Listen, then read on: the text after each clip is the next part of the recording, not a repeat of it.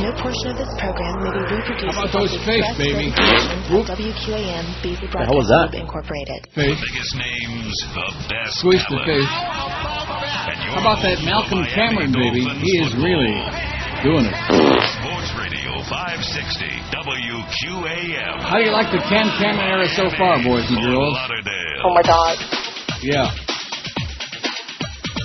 560 WQAM presents The Neil Rogers Show. By the way, I'm going to talk over the open with my mouth full of bacon. Oh, don't be doing that. That's bad radio. Call toll-free 877-785-NEIL or pound 560 on your AT&T and Verizon wireless phones. The opinions expressed by Neil. Yes. With the mic open. Squeezing with the mic open. That's bad radio. Very unprofessional. Yeah. Now, The Neil Rogers Show on 560 WQAM. A stench of cow manure hovers over this performance by the Dolphins. Absolutely.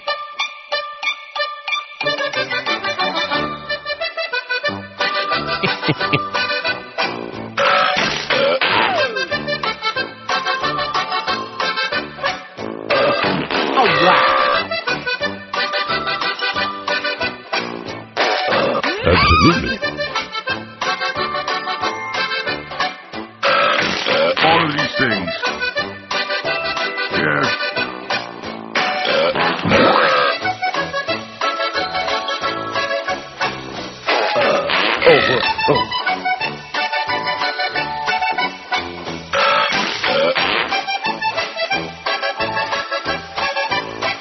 Oh, my God, the world has changed forever.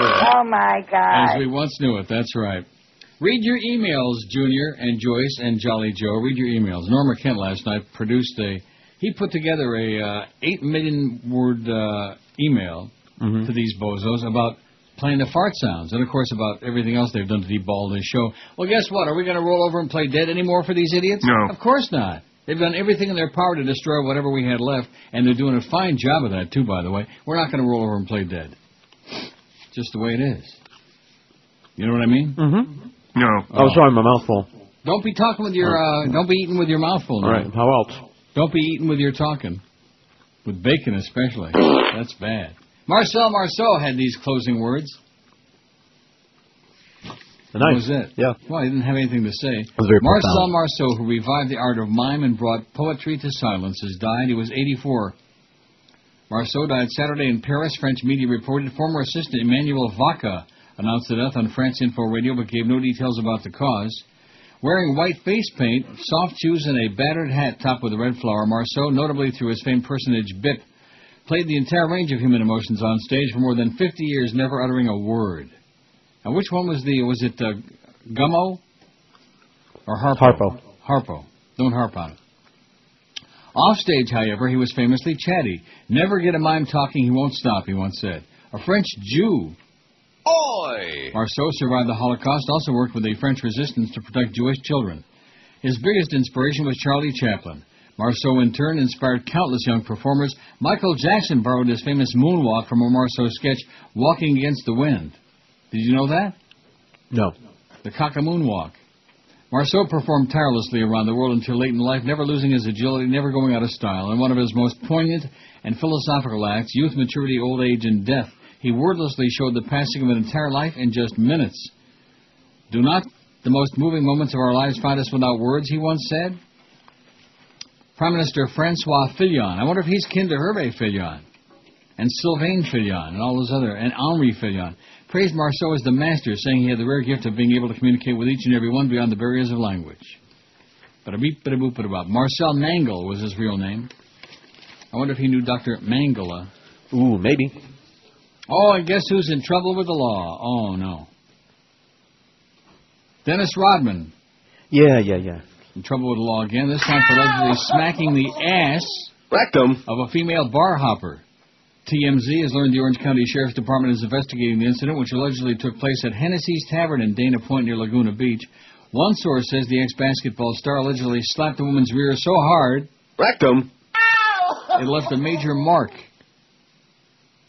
Jim Amormino, a spokesman for the OC Sheriff, told TMZ officers did respond to an incident involving a man and a woman. Police report was taken and currently with the sex crime unit of the Sheriff's Department. Rodman's representative, Darren Prince, just issued this statement to TMZ. This is just another woman trying to extort money out of Dennis, and I'm sure the situation will work itself out in Dennis's favor. He's a real classy guy. So how do you like the Cam Cameron era so far, Chris? It's wonderful. It's been. I'm serious. What do you think? I mean, they made a really great comeback there at the end. Trent Green drove them down the field twice. Bada beep, bada boop, bada bop. They're down 31-13. Now all of a sudden it's 31-28. They tried the onside kick twice.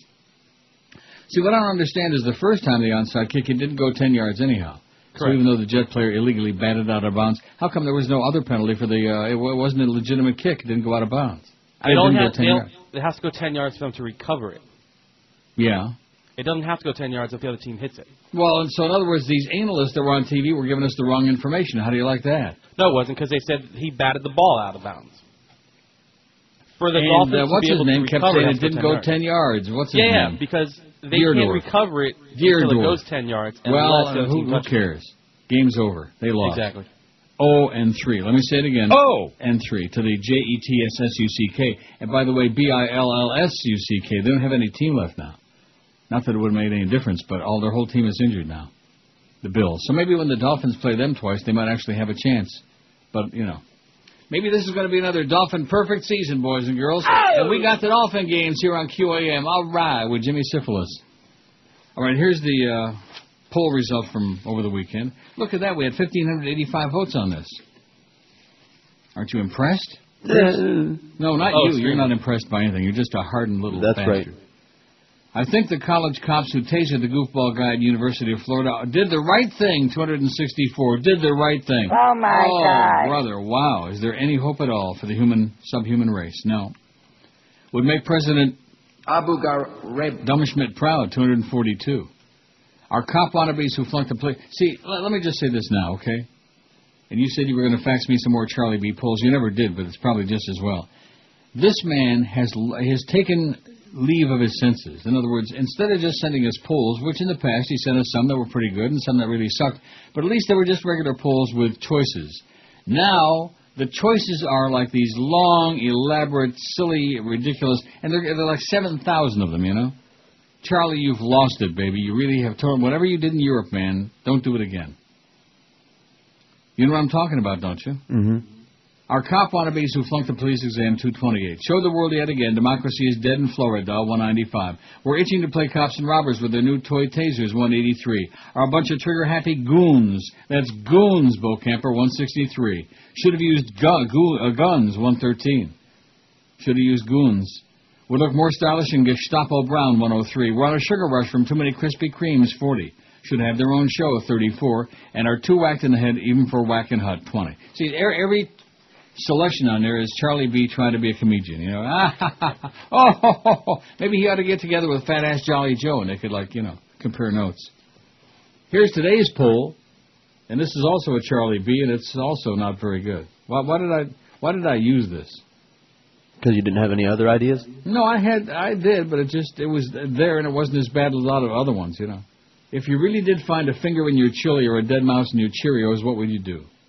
567 votes. We're not going to make no 1,000 a day, Chris. We'll see. And I put this on there, I don't know, yesterday afternoon fairly early, but Charlie B. is just, thank God we got some polls in from some other, a different Sean. This isn't the same Sean, right? I don't know. Doesn't look like the facts. Well, at any rate, thank goodness we got that. Charlie needs a long rest. 567, if you found a finger in your chili or a dead mouse in your Cheerios, call a lawyer and sue, 340. 60% of this crowd looking for an ambulance-chasing lawyer. Ask for a refund or another bowl, 85. Yeah, give me another bowl of that. Maybe my luck will be better this time. Scoop it out and resume eating, 36. Now we're talking. Just throw that rat away. Or mouse. Probably die from the shock, 32. Finger schminger, so what, I've eaten worse, 20. See, there's Charlie again being very, very amusing and very creative. Finger schminger. Milk it for all the publicity I could, 19. Clam up, because who's going to believe me, 19. And interpret it as an omen or a sign from God, 16. Hail God! Wow. So that's the deal. We're never going to, I don't know, our goal is 600. Our goal is to stay on the air. That's what our goal is. I mean, after what these people are doing. And, of course, Friday the trends came out if you were out of town or if you were, like, already into your Yom Kippur mode. It was Yom Kippur on this show, I'll tell you that. And Jolly Joe says, oh, Neil, you got it all wrong. Ho, ho, ho, ho. We did great. And Bruce Beasley sent it out. Oh, great phase, everybody. Great phase. All the stations, great phase. Yeah, as in when in doubt, phase this show out. Because it has nothing to do with ball games. And with the 0-3 Dolphins and all that other crap. Jesus, God almighty. But we're fighting back now. We're going to, Norm Kent finally, he grew a pair, or at least one, and he's fighting back. He wrote 80 trillion words on, farts and all this other stuff. Nelson Mandela is still very much alive despite an embarrassing gaffe by President George W. Bush. What a shock. Who alluded to the former South African leader's death in an attempt to explain sectarian violence in Iraq. It's out there. All we can do is reassure people, especially South Africans, that President Mandela is alive. Ahmad Dangor, chief executive officer of the Nelson Mandela Foundation, said as Bush's comments received worldwide coverage, as once again he stuck both feet in his mouth and up his rectum ass. In a speech defending his administration's Iraq policy, Bush said former Iraqi President Saddam Hussein's brutality had made it impossible for a unifying leader to emerge and stop the sectarian violence that's engulfed the Middle Eastern nation.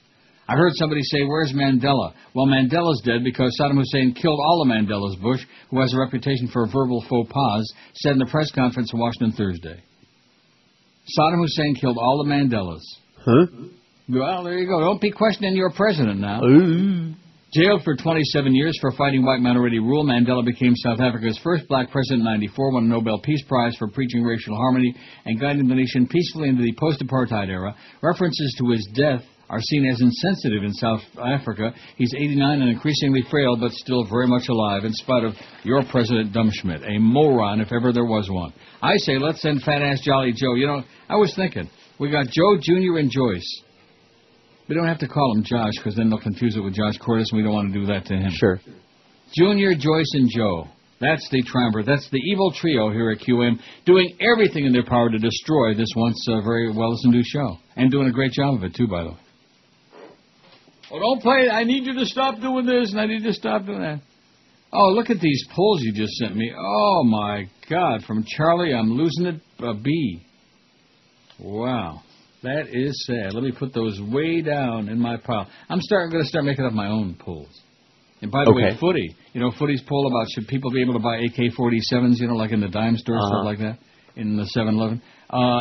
He got freaked by the 40 right-wing NRA people, I guess. Because it was like 80-some% said, oh, yeah, sure, no problem at all. Yeah, nice pull there, Footy, you idiot. God, what a... But that's okay. Who are we to talk at this stage of our lives? 12 minutes after 10 at 560 WQAM, we got the Mad Dog at 2, Power Hour with Mad Dog and the Humper 4 to 5, Humper Goldberg solo between 5 and 7. Then we got the infomercial for the Dolphins, Dolphins All Access between 7 and 9. Followed by Game Night with Eddie K, 9 to midnight. No Marlin game tonight. Boy, they sure did a hell of a job against the Mets, didn't they, Chris? Oh, they kicked butt. Their own. Exactly. Now, I think they almost got the last place in the division locked up, don't they? Or maybe they do. Yeah, they probably do. No portion of this program may be reproduced without the express permission of WQAM Baby Broadcast Group, Incorporated. This is the most disgusting program. I urge everyone to complain to this station. We're so sorry, Dennis Rodman. We don't stock Angora teddies in Hughes and Green. We're so sorry, Dennis Rodman. But the panties come with snappies to secure your little thing.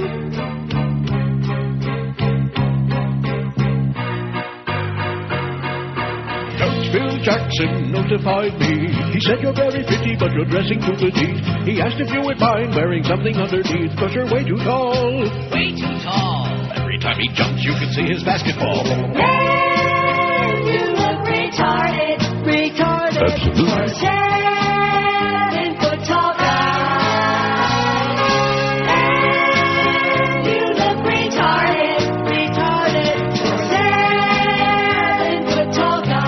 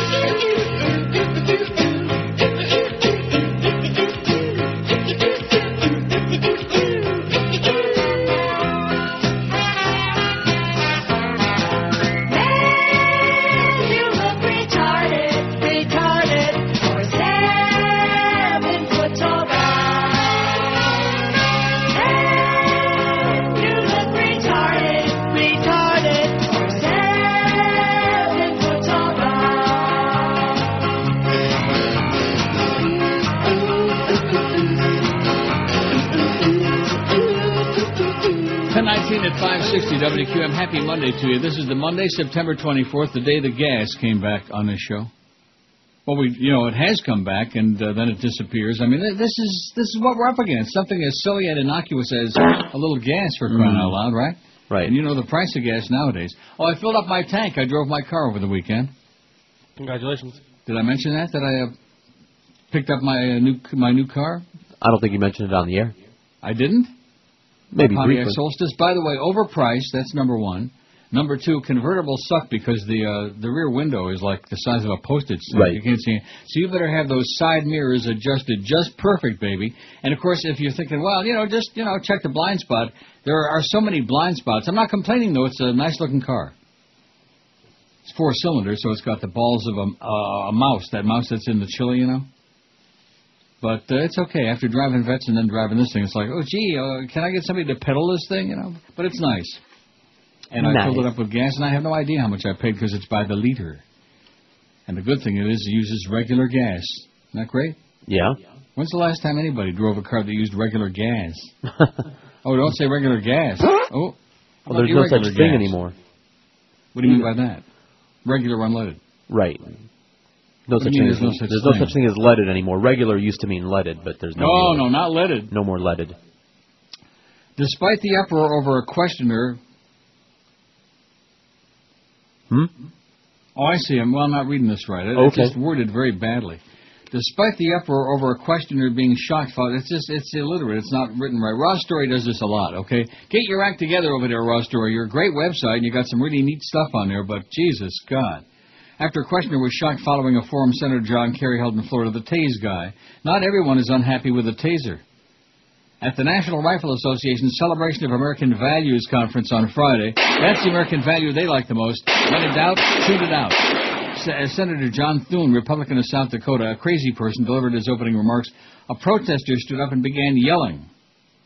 The audience responded. As she bellowed, a source who was present told the newspaper, roll call, all these old dudes started shouting, "Tase her! Tase her!"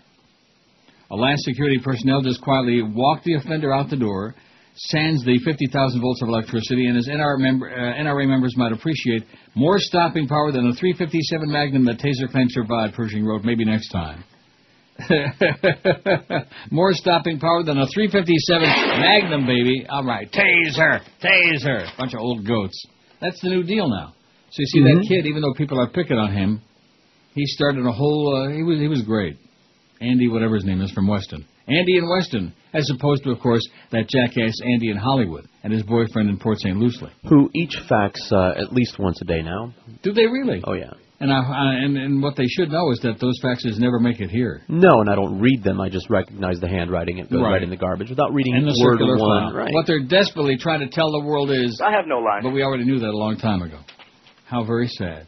605 votes on a very marginal poll. I don't know. I feel bad about this one today. I have a really bad vibe. And we apologize for it, but Charlie B has lost it, It's not easy, as you know. Not easy coming up with a really nifty poll idea every day. I think it's going to be an interesting week, though, because after those trends came out on Friday and we realized that these people are doing the job on us that they're trying desperately to do, Junior and Joyce and Joe, we're going to, after 31 years, I'm going to roll over and play dead for these bastards? No way. No freaking way. And, of course, Norma finally butched up last night, way past the time this should have happened a long time ago, but, better late than never, Norma. A magnificent piece on farts. He must have written 75 million words about gas. People think it's funny that we have to have very serious conversations about farts. Yeah, about fart sounds. As part of my job, as part of our job. Right. The FCC doesn't care about fart sounds, and the FCC also doesn't care about, the English language bag and things like that. But, my God, we got Joyce over there in Naples, whose main job it is to continue concocting things. Oh, Neil can't say this, and don't do that, and we're going to give you a big it's obvious she hates you and wants you to fail. Yeah, that's right. Well, screw them. If we do fail, we'll do it on our own, not with their help. In our way. That's right. We failed our way. That's correct.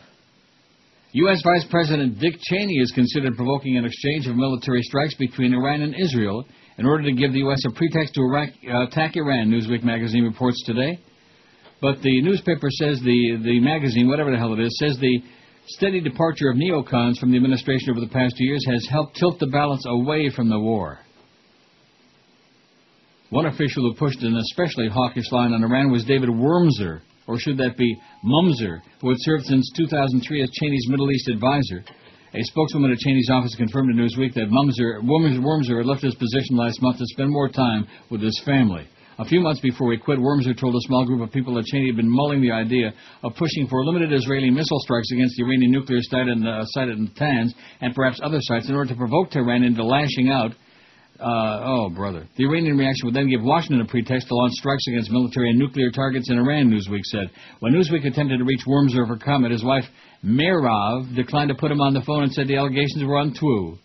A spokeswoman at Cheney's office told the Weekly the vice president supports the president's policy on Iran. What are these things you're faxing me here? Oh, look at that. Longtime sportscaster and former Dolphin Jimmy Cefalo' contract at Channel 10 expired on Friday. Now he's a free agent and may switch broadcasting teams.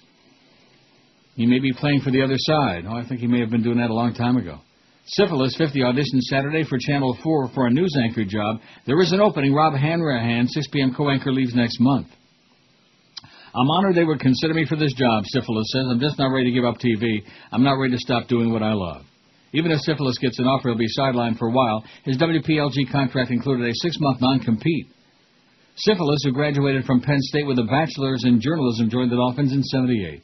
While on the team, he co-hosted Channel 4's PM Magazine. He retired from Pro Ball in April '85, shortly after becoming co-host of AM South Florida, an awful Channel 4 morning show. I was a guest on that one time, and boy, it was bad. He left for NBC News and did sports for NBC News at Sunrise and the Today Show and sports analyzation for the network.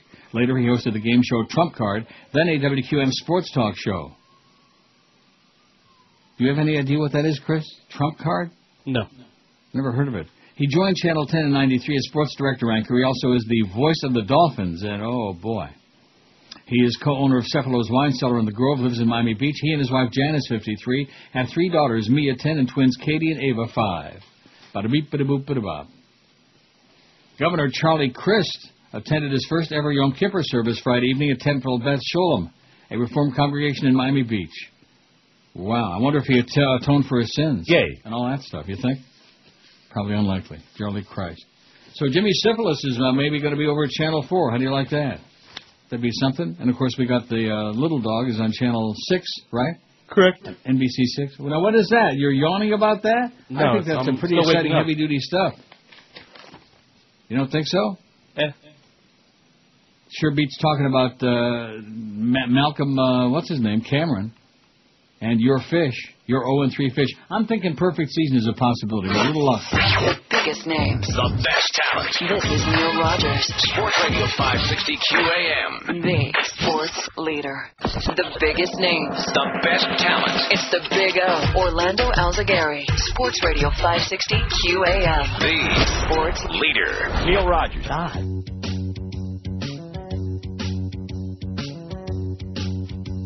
It's called making up for lost time, I guess. When I shop and get into the cashier line, I'm stuck behind an old bag almost every time. Wearing white slacks too sheer for the stains to hide. And farting in line. Farting in line. Farting in line. Farting in line. Look around, see everybody's head hang down to avoid the mushroom cloud. Thanks to Mrs. 85. Who's farting in line? Farting in line. Farting in line. Farting in line.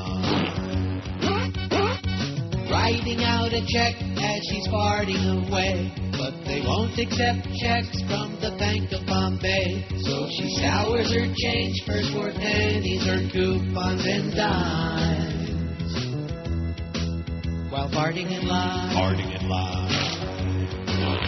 Farting in line. Farting in line. All the time I want to say that it ain't mine. The old bag looking so sublime with a little smile.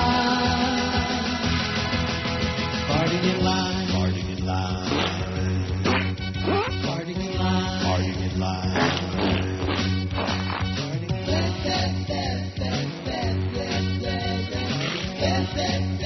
10:33, 27 before 11. I can just see the big billboard campaign now. Neil Rogers Show, 10 to 2 on 560 WQAM. It's a gas. All right. Can you see it? It's a gas. I beg your pardon? Huh? It's a gas. That's right. Jump a jack flash. That's the one. 628 votes on Charlie B's very lame poll. I think he's fired. You know? I mean, not that he's getting paid or anything, although Alex Marvez was getting paid, and Ethan Skolnick, I'm sure, may have been getting paid. And who else? Who am I leaving out? And, of course, well, what's his name? Drew Rosenstein-Krantz. I'm positive they're paying him. And he's doing live spots to top it all off. Anybody out there, you got a live spot? We'll put you on the air. We'll give you a spot. Marina? Danny boy. You know something?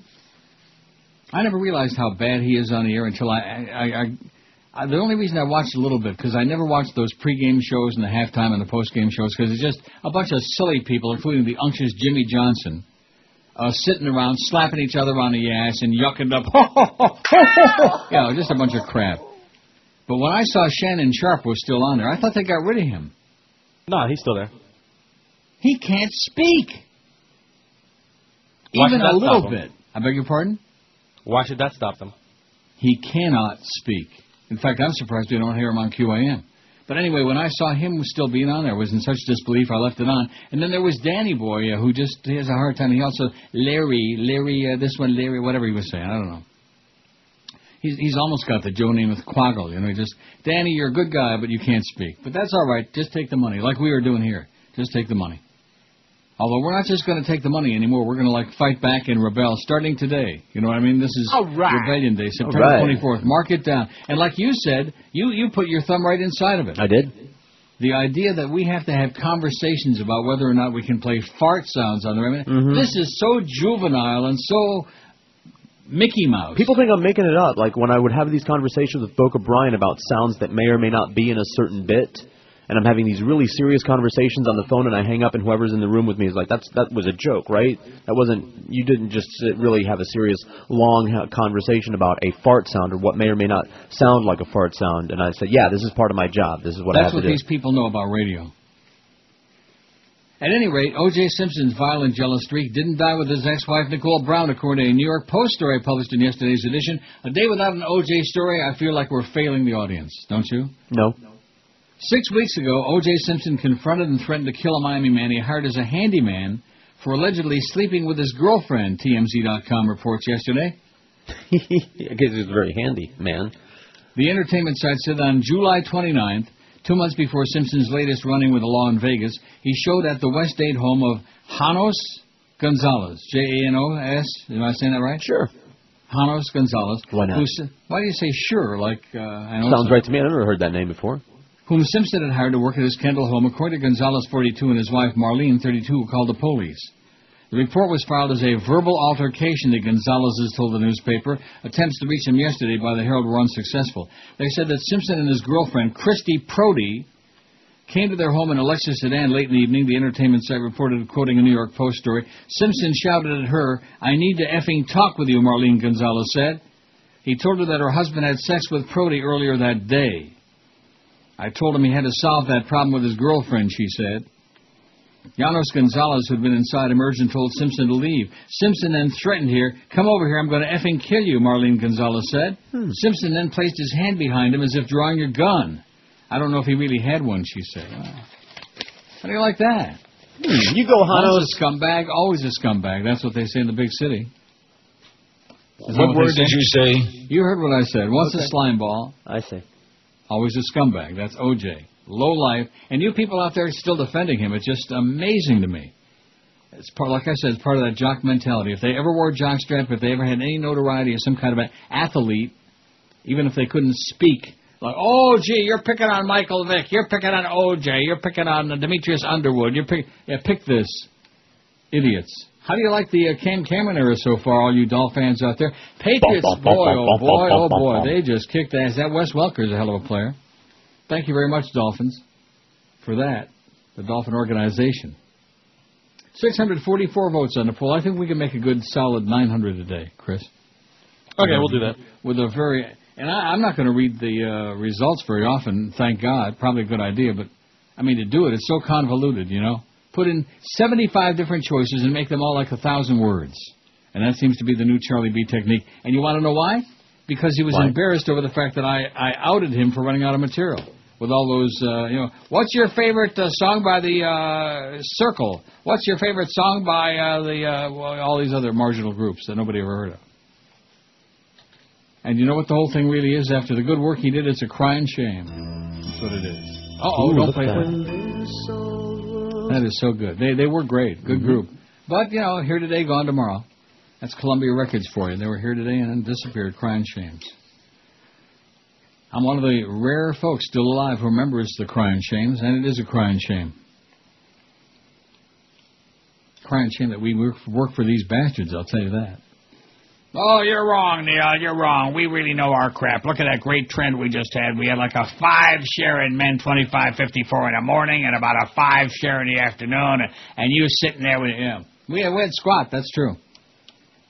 And, of course, they'll blame you for it because in August you were on most of that time. They blame me when I'm number one by a mile. They still say crap. The interesting part about it is that during that period of time, and you were on much of that period of time, you're taking calls. And then, of course, is Joe Bell's, I like it so much better when Neil takes the calls, him interacting. And, of course, there are no calls. There's the same 3 or 4 idiots who, hijack the show. And that's another one of Jolly Joe's, not just the Kenny and Bo morning show that he invented, but his whole obsession with taking phone calls, which you won't hear any today on this show, okay? You want to hear phone calls, listen to all the people, the Dolphins suck, like that, Right? Won't that be it? Mm-hmm. Although they made a great comeback there yesterday. They made it exciting the last couple of minutes. And I thought to myself, Jetsuck, boy, they damn near blew an 18-point lead. Didn't they, Chris? They were trying. Yes. And then, of course, that touchy-feely guy, and he did a good job with those onside kicks. I'll give him credit for that. They were excellent, even though the first one didn't go 10 yards and they couldn't have recovered it. And the Jets, in their own ineptitude, bat the ball out of bounds if they, very sad. If they just would have let they weren't, in the heat of battle, you don't check to see did the ball really go 10 yards or stuff like that, right? Well, I think you're supposed to stand on the yard line and you don't move forward, so you know. But is that what it is? They screwed up and they made it very exciting. Trent Green, by the way, looked good to me again. For an old guy, I'm going to tell you, 10, 15 years ago, I'd have been right in the locker room, rubbing him down.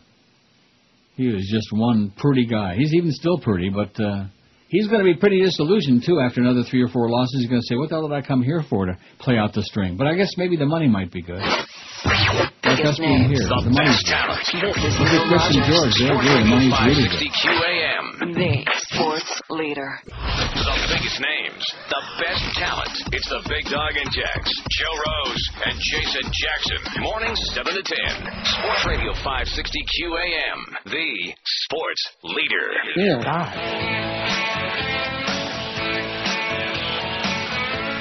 I think we need a good sports show here from Tennessee.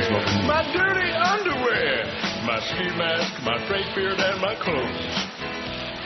You can strip my walls, and you can take my balls and the handkerchief I used to blow my nose. Oh, my God. And you can take my knives, my courier knives, my toothbrush, and my can of afro cheese. You can take my pants and that lamp I bought in France and that naked picture of AC and Joe Green.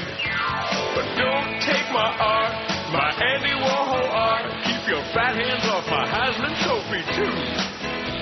Cause if you take my art, my Andy Warhol art, I might do something you might not want me to do. You know what I mean, baby? Don't take my art, my Andy Warhol art. Cause that stuff I like and I can't let it pass. Cause if you touch my art, my Andy Warhol art, I'm gonna kick my Brunos right upside your ass. Rectum. Well, I never realized O.J. and the Big Bopper were the same person. Didn't he sound a little like the Big Bopper there? Very much. Only the Big Bopper's dead. What's O.J. waiting for? Or could we have a party or what? We would. 10:47 at 560 WQAM. Happy Monday to you. It was just another morning at the Senior Center at Mahopac, New York. Women were sewing, men were playing pool, and 7 demonstrators, average age 76, were picketing outside demanding donuts. They wore sandwich boards proclaiming, "Give us our just desserts and their carbs, not contraband." At issue was the decision to refuse free donuts, pies, and bread that were being donated to senior citizens around Putnam County, north of New York City. Officials were concerned that the county was setting a bad nutritional precedent by providing mounds of donuts and other sweets to seniors. What difference does it make? They're going to croak pretty soon anyway. Let them enjoy it. That's right. For Christ's sake. The picketers said they were objecting not to a lack of sweets, but that they weren't consulted about the ban. Lack of respect is what it's all about, said Joe Hajkowski, 75, former labor union official who organized the demonstration. He said officials had implied that seniors were gorging themselves on jelly donuts and were too senile to make choices for themselves. Inside, some seniors said they missed the donuts, but others said they were glad to see them go. It was disgusting the way the people went after them, said 80-year-old Rita Jorgensen. I think the senior center did them a favor by taking it away. Stan Tuttle, coordinator of nutritional services for the county's Office for the Aging, said the program had gotten out of control. As many as 16 cases of breads, cakes, and pastries were delivered by various means to the William Kohler Memorial Senior Center each day. The Senior Center. Some were moldy, some had been stored overnight in trunks of volunteers' cars, he said. In the trunk. Caregivers there and elsewhere say the donut debate illustrates the difficulty of balancing nutrition and choice when providing meals to the elderly. Old farts. Oh, don't say farts again now. Rectum. Senior citizens can walk down to the store and buy donuts. Nobody's stopping them, said Michael Jacobson, executive director of the Center for Science and the Pubic Interest in Washington. But he notes that older people have high rates of heart disease and high blood pressure and says senior citizens, nursing homes, and assisted living centers shouldn't be worsening the health problems of seniors. At the Northeast Bronx Senior Citizen Center, lunch is served 5 times a week, suggested contribution $1.50. Sounds like a bargain to me. Where can you get a good lunch for $1.50? We don't tell them what to do. We won't force them to eat what's good for them, but we certainly don't give them anything that's bad for them, said Sylvia Director Sylvia Ponce. The Church Basement Senior Center, one of 325 under the New York City Department for the Aging, has a mostly Italian-American clientele, a Naples-born cook, and a menu that includes eggplant parmesan, linguine with clams, and manicotti. We try to give them what they like, said the cook Stella Bruno. The lunches have to supply a third of the federal minimum daily requirements in categories such as calories, protein, vitamin C, and vitamin A, said Chris Miller, a spokesman for the department. The sweetest thing here is the raisin in the raisin bagel, said Nicholas Balapacellos, 87. The raisin in the raisin bagel. That sounds pretty good, a raisin bagel, huh? Yeah. No? Why not? Maureen Janowski, Director of Nutrition Resources for Morrison Senior Dining Atlanta, which provides meals at more than 370 senior living communities, says residents' food preferences depend somewhat on their age. Those born between 1901 and 25 generally prefer meat and potatoes. Those born between 1925 and 42 are a little more trendy, a little more adventurous, a lot more nutrition savvy, she said. They have choices, and we show them how to make good choices, she be saying. At the Bronx Center, Bruno said she tries to help the seniors avoid the bad buffet choices when they take the trip to Atlantic City. As the group was departing, she handed them bag lunches with a roast beef sandwich, cranberry juice, and carrot sticks. All right.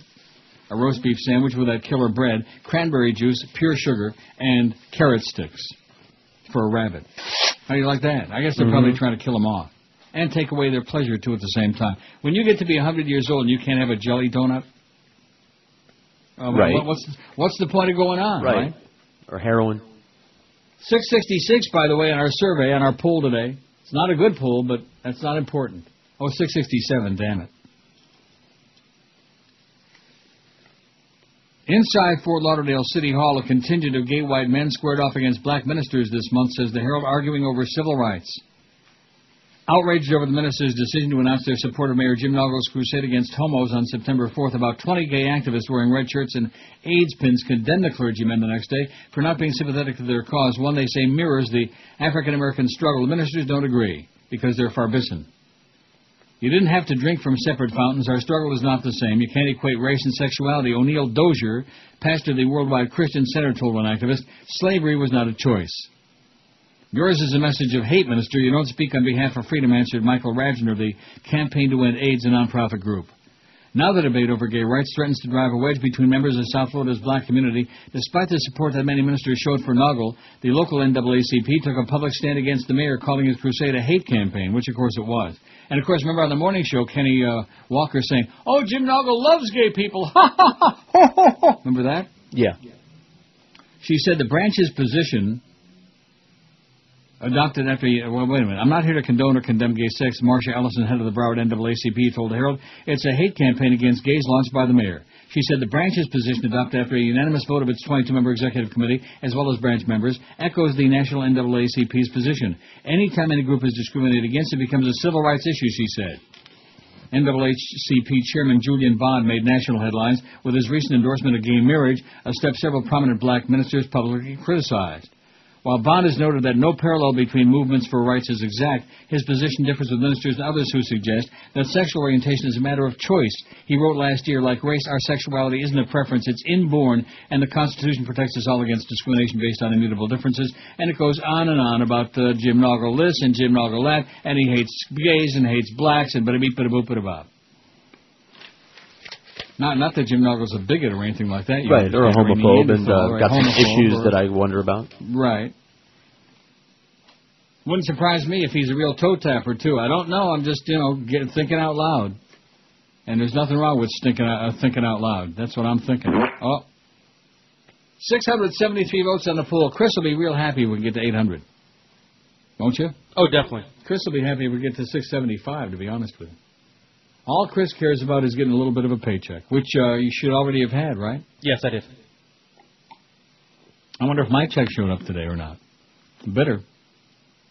It sure as hell better be there today or tomorrow, I'll tell you that, because this diddling with people's paychecks, not a good thing. Not a good policy, Although Jolly Joe, that's the one thing he has done.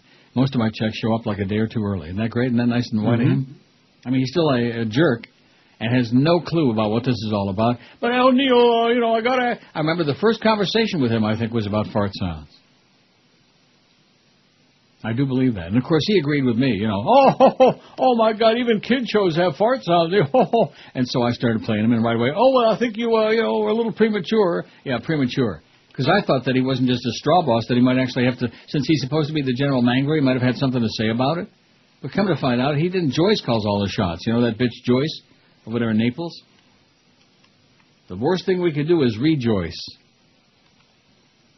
Wouldn't you agree? Indeed, let's start. In other words, get her ass out of there. Rejoice in the Lord always. And again, I say rejoice. 673 votes on Charlie B's most grotesque poll. If you really did find a finger in your chili or a dead mouse in your Cheerios, what would you do? First of all, I don't eat chili or Cheerios, so it's kind of a moot point for me. Rutger Hauer, though, should take the poll. Call a lawyer and sue, 409, 51%. Call a lawyer and sue. Or just call a lawyer and call him sue. Ask for a refund or another bull, 101. If the lawyer is Norma Kent, by the way, you can call him sue. It wouldn't be the first time. Scoop it out and resume eating, 41. Probably die from the shock, 33. Finger schminger, so what, I've eaten worse, 26. Milk it for all the publicity I could, 23. Clam up, because who's going to believe me, 20. And interpret it as an omen or a sign from God, 20. Oh, God! That is such a horseball poll, Charlie. I'm embarrassed. And you're right. Why did I do it? Well, I was busy with my football games. If you would have taken charge of it on a Sunday, I had to worry about it. I was worried, right. The Patriots actually fell behind 7-3, and then they scored 100 points in a row. And then, of course, the Dolphins, they made it pretty interesting their last couple of minutes, and some people might have actually stuck around and watched it. You think so? No. What do you think, Chris? You think that all those loyal Dolphin fans were watching there at the bitter end? Yeah. When they made that gigantic comeback and damn near yanked it out. And that downtown Ronnie Brown, man, he had a hell of a game. And Trent Green, Yes, he did. The old passing machine, Trent Green, who looked lean and mean, but old. He's old. You can see it in his face. He's 37 going on 60. You know what I mean by that? Probably, and of course, this Dolphin thing will age him 20, 30 years in no time at all, if it continues. The Cameron era. The biggest names. Almost as good as the next day. This is Neil Rogers. Sports Radio 560 QAM. The sports leader. The biggest names, the best talent. And your home for Miami Dolphins football. Sports Radio 560 WQAM. Miami, Fort Lauderdale. Oh, God. My anus. My anus. My anus. My anus. My anus. My anus. My anus. My anus. My anus. Focus attention on your ass. My anus. My anus. My anus. Hi, kids. Do y'all like cutting little stinkers? That funny little sound that comes right out your sphincter? Want to copy me and do exactly like I do? Get paid for writing little songs about boo-boo? My brain's all gone. I'm trying to get my groove on, but I can't figure out which Spice Girl I'm going to fart on. And Dr. Dre asked, yo, man, you pass gas? Hell no. Well, why do I smell ass? Man, you low class. Well, since age 12, it seemed like I always smelled. I thought ripping gases and tooting was pretty swell. I got pissed off when I took my jeans off and farted so hard it turned my underwear backwards like crisscross. And every night I'm like, oh, dinner at last. Then fart out my ass faster than a fat bitch who ate too fast. Smell this, honey. Yo, dude, wait a minute, that's my girl, cuz. I don't give a f***. God sent me to stink the world up. My anus, my anus, my anus smells. My anus, my anus, my anus smells. My English teacher wanted me kicked out back in junior high. Said the problem was something crawled up my ass and died. I shot him in the face with my vapor. The worst happened later, when I covered his desk with used toilet paper. Walked in the strip club, my intestines were filled up. Moved the bartender, took a dump in a tip cup. Went over to a dancer, had her buck in her garter. She lifted her leg up, and I knew she was a farter. 99% of my life I was lied to. I just found out my mom's got more gas than I do. I told her I'd grow up to be a famous rapper, make a record about strange noises made on the crapper. You know you blew dirt when the women rushed to leave. You tried to hold it back, but your butt needed relief. This guy at White Castle said it was pretty cool, but I had to go drop the kids off at the pool. My anus, my anus, my anus smells shitty. My anus, my anus, my anus smells shitty. My anus, my anus, my anus smells shitty.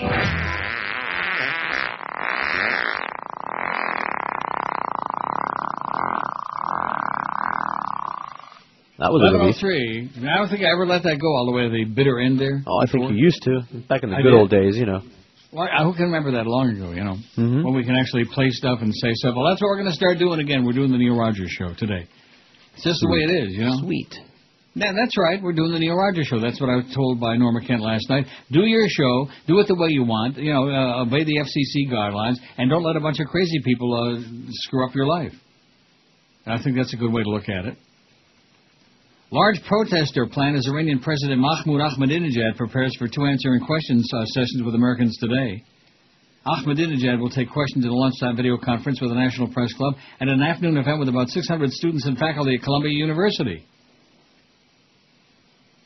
Despite an outcry against Ahmadinejad that included New York tabloid headlines such as "The Evil Has Landed," John Coatsworth, acting dean of Columbia's School of International and Public Affairs, said it's important for Americans to hear from the Iranian leader, Ahmadinejad. I just did the story so we could say that over and over again.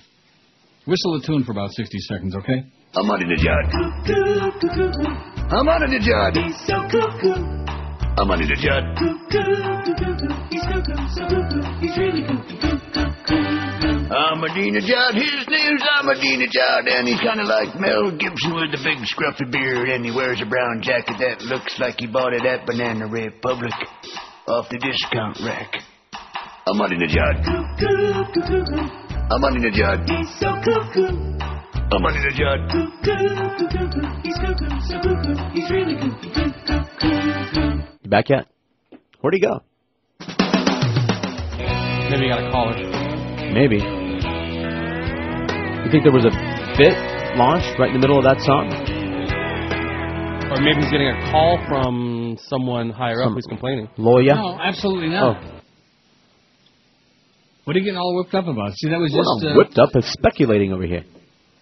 Iran is going to hold the key to peace in the Middle East. We have to deal with and negotiate with leaders like this, however much we may disagree with their views, Coatsworth said on CNN's American Morning.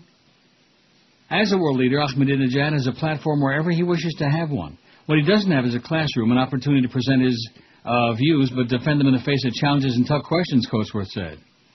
Christine Quinn, Speaker of the New York City Council, said Columbia should not be giving Ahmadinejad a platform. All he'll do on that stage is spew more hatred and more venom out there to the world, Quinn said. The Iranian leader has made statements suggesting that Israel will be politically wiped off the map, though he insists that this can be accomplished without violence. He has questioned the existence of the Holocaust and warned Europeans they may pay a heavy price for their support of Israel. Ahmadinejad has also drawn fire for his insistence that Iran will defy international demands that it halt production of enriched uranium. Iran insists it's producing nuclear fuel for civilian power plants, but Washington accuses Tehran of trying to create a nuclear weapons program. Ahmadinejad, I just said it twice more. There you go. Okay, you like it? Ahmadinejad. You know I do. Well, that's the only reason I did it. I know. So I could say that. The Bush administration has been collecting detailed records, wait till you hear this, on travel habits of Americans headed overseas, whether you fly, drive, or take cruises abroad. Not simply your method of transit, but the personal items you carry with you and the people you stay with, according to documents and statements obtained by the Washington Post. Did you hear that? Should I read that paragraph again? Please, I'm not adjusting it. The Bush administration has been collecting detailed records on the travel habits of Americans headed overseas, whether you fly, drive, or take cruises abroad. Not simply your method of transit, but the personal items you carry with you and the people you stay with. They even keep sometimes track of what books you read for as long as 15 years. In a terrifying front-page article Saturday, the Post outlines the latest in U.S. government surveillance. According to officials, the records are intended to assess the security threat posed by all travelers entering the country. Officials say the records, which are analyzed by the State Department's automated targeting system, help border officials distinguish potential terrorists from innocent people entering the country. The new details suggest a much broader net than that. The details of the program were revealed when a group of activists requested copies of records on their travel and found somebody had written a note about their flashlight carrying the symbol of a marijuana leaf. Oh, no. The automated targeting system has been used to screen passengers since the mid-1990s, but the collection of data for it has been greatly expanded and automated since 2002, according to former DHS officials, the Post said. The federal government's trying to build a surveillance society, said John Gilmore, a civil liberties activist in San Francisco, whose records were requested and then first revealed in Wired News. The government, he said, may be doing it with the best or worst of intentions, but the job of building a surveillance database and populating it with information about us is happening largely without our awareness and without our consent. According to Wired, passengers pulled aside for extra screening are those most likely to enter the record books. Gilmore had been pulled aside, and Border Patrol officials took notes of his belongings. Homeland Security officials defended the program. I flatly reject the premise that the department's interested in what travelers are reading, DHS spokesman Russ Naki told the paper. We're completely uninterested in the latest Tom Clancy novel that the traveler may be reading.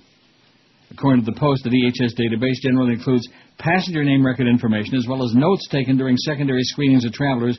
PNR data often provided to airlines and other companies when reservations are made routinely include names, addresses, credit card information, as well as telephone and email contact details, itineraries, hotel and rental car reservations, and even the type of bed requested in a hotel.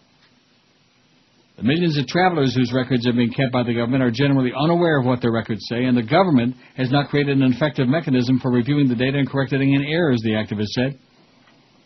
The activists allege that the data collection effort as carried out now violates the Privacy Act, which bars the gathering of data related to Americans' exercise of their First Amendment rights, such as their choice of reading material or persons with whom to associate.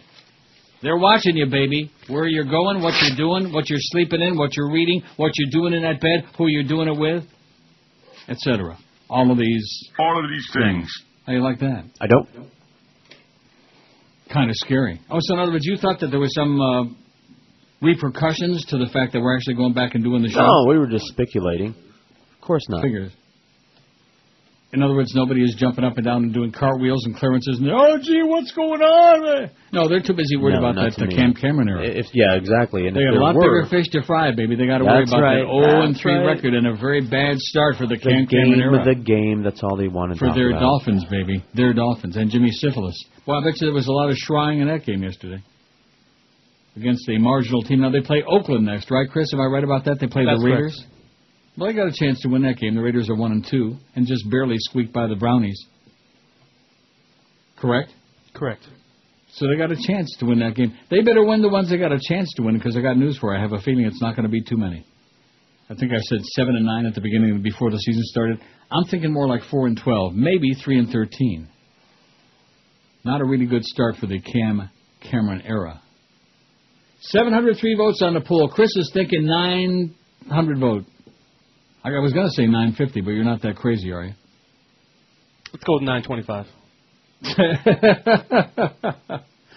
425 people, that's almost 51%, said if they found a finger in a chili or a dead mouse in their Cheerios, they would call a lawyer and sue. When in doubt, get the lawsuit out. That's the way to do it. After the break, this story about Dania Highlight Casino delayed due to slim slots revenues, this is just so perfect for Florida. This is what it's all about. You can't complain about progress in Florida because there isn't any. Always the same old, everything fails. If it makes any sense, if it works every place else, it fails. And if it had a chance to succeed, the fat-ass outgoing governor and the legislature will make damn sure that it fails. Oh, slot machines in Dania Highlight? Why the hell would we want that? It's astonishing to me. But then again, what do I know? 12 minutes past 11 at QAM. The biggest names. The best talent. This is Neil Rogers. Sports Radio 560 QAM. The sports leader. The biggest names. The best Just talent. got that phone it's the call Mad Dog, that you've been Jim waiting for. Yep. Sports Radio 560 QAM. The sports leader. Holy cow, Aaron's coming. This is Eyewitness News. Al-Qaeda is up to its old media tricks just in time for another 9/11 anniversary. The new Bin Laden tape is significant. اما موضع ما معلوم آیا آمریکا میتونه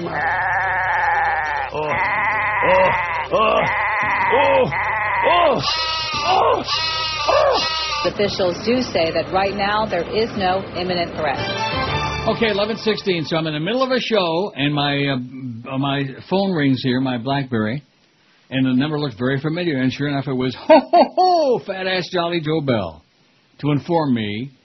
I'm sorry to call you in the middle of the show, but I tried to call Norm Kent, and Norm can't talk right now. But Norm is speechless, I guess. I don't know what that's all about. Maybe he's in court. So he's informing me that corporates instructed them to dump the fart sound. So if I insist on playing any more, I just should know that they're going to be dumped. Right.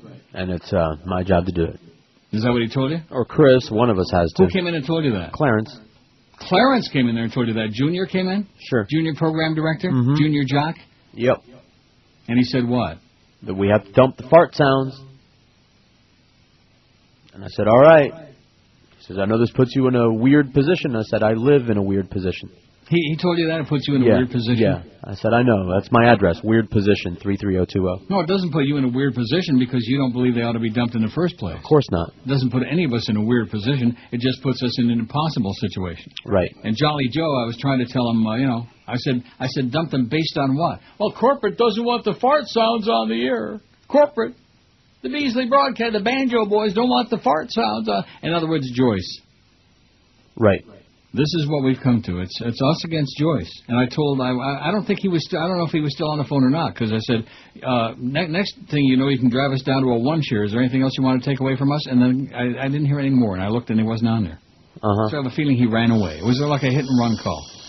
Yeah, like that. Hit and run call. And like I said before, it's not so much it's the principle of it. It's not the actual sounds themselves. Right. And I'm not so the principle about the farts as I am some of those other really innocuous words and terms. I didn't hear anything about that. Now, no, anything said about that? No. Like I'm sure it's all part of the same thing, right?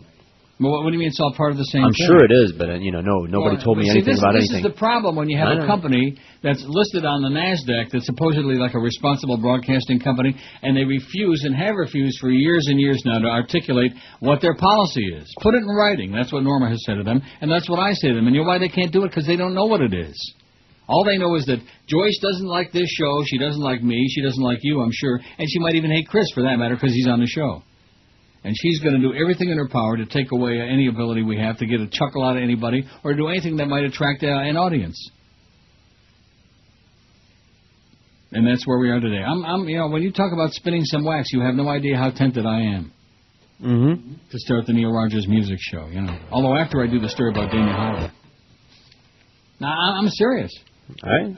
Where does it end? Where in the world does it end? What is the policy? What is it that we still can say? What is it that we still can do on this show? When this fat clown came along, we had a show that was kicking ass. We had big numbers all the time. Every book, every trend, month in, month out, year in and year out. Just like we did on IOD, just like we did on Zeta and INZ, and for a zillion years in this market. And then all of a sudden it came down to Joyce Fitch is running the show, and that's because you got a couple of clowns who don't understand the show, and they've handed the keys to the kingdom over to her. Do you think that Joyce is listening to the show this morning? No. So how the hell did Joyce know we're playing fart sounds? Oh, I'm sure she was tipped off. I see. Just like she was tipped off about that bit that she never heard. There right. ain't no fart sounds. Right. That we can't play that because she's going to sue the company, as if anybody believes that? Yes. As if anybody who believes that someone who wants to continue being gainfully employed is going to sue their employer because of a comedy bit that might offend them. At any rate, here's the... Now, I'm thinking about it. I'm really thinking what I want to do at this point. No, I know. I'm mulling it over in my mind. Because I'm going to continue taking the money. You know, I show up every day. Every day I'm supposed to be here, I show up. Very seldom out sick, although I could be out sick right now, you know. Maybe my moment of silence before... See, actually, I thought that I heard my door. It must have been next door. I thought I heard somebody come in and go out. Mm-hmm. And I didn't. Tell me to find out it was a false alarm. But at any rate, so I just want to double check, you know, because you never know. It might be the boogeyman. Or it might be the fart police. So I just wanted you to know that if you insist on playing any more of these, we're going to be dumping them. And I thought to myself, that's an appropriate term. It is, isn't it? Yeah. Maybe he thought he was going to be funny. Oh, yeah, he's a very funny guy. Neil, how are you? Joe Bell. Joe Bell. Jolly Joe Bell. Ho, ho, ho, ho. Why are we playing KC? Why are you playing that? Because you said Boogeyman. Oh. Casey, don't bring any more pasty-faced teenagers to my house like you did in Plantation that time in Jacaranda, boy.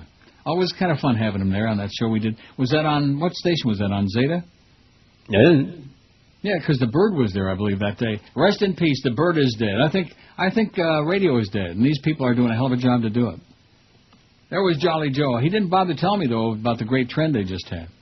Heck of a job there, guys. Like Reverend Jones would say, hell of a job, Joe.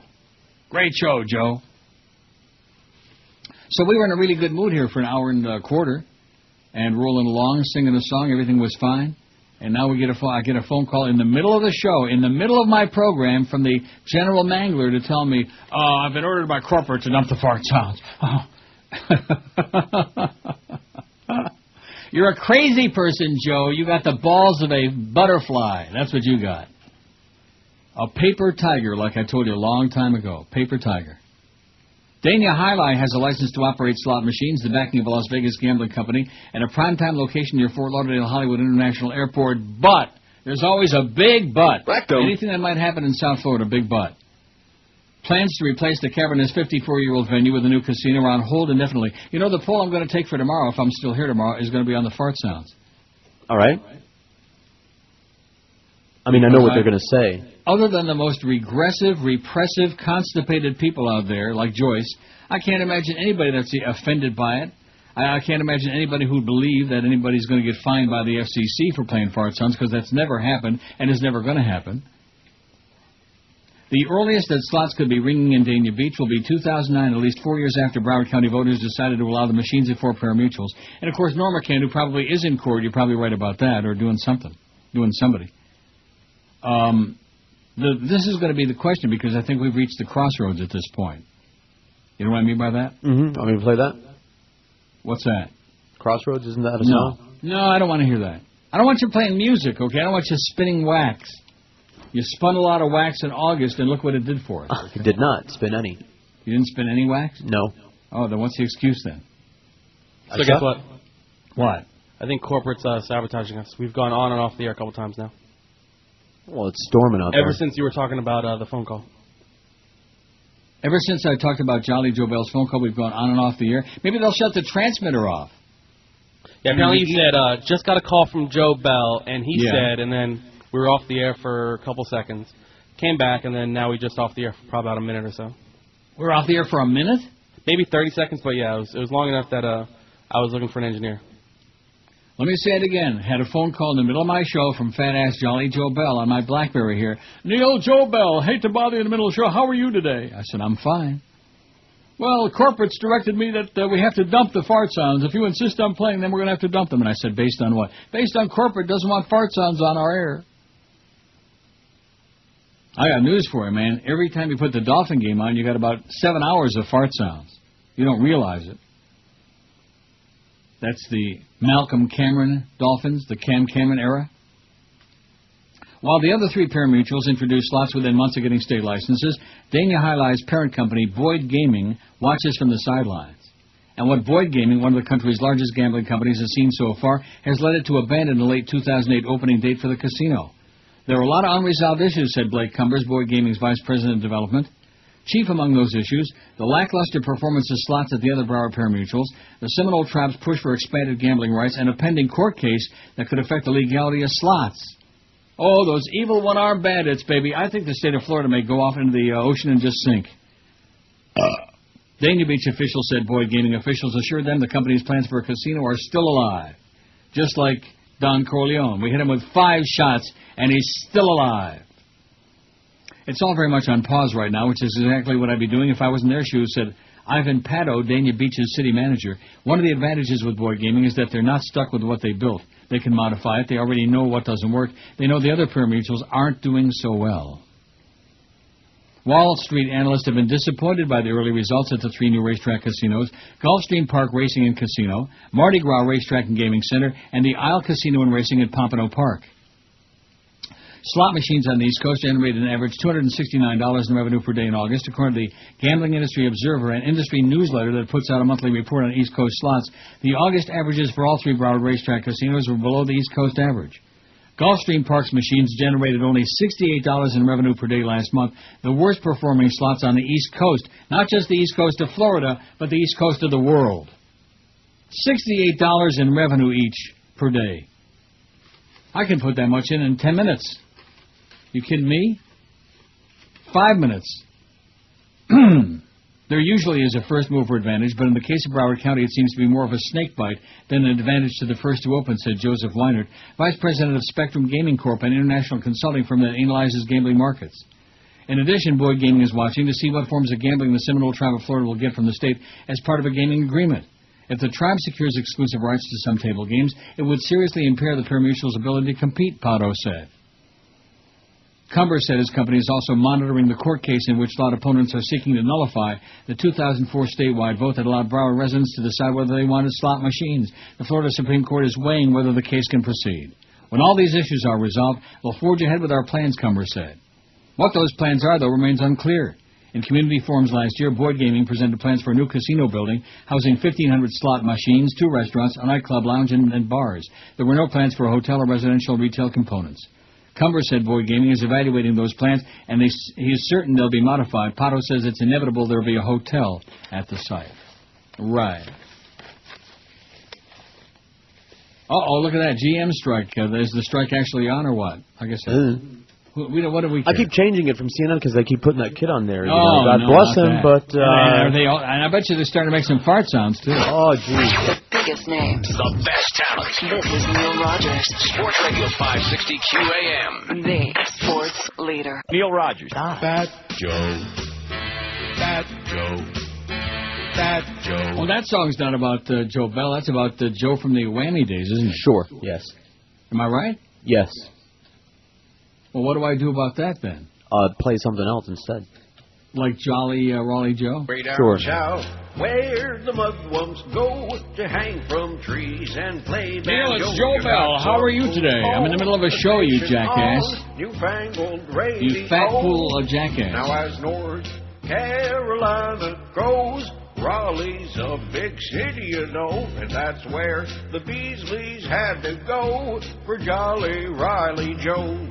A new GM, he'll do what he can.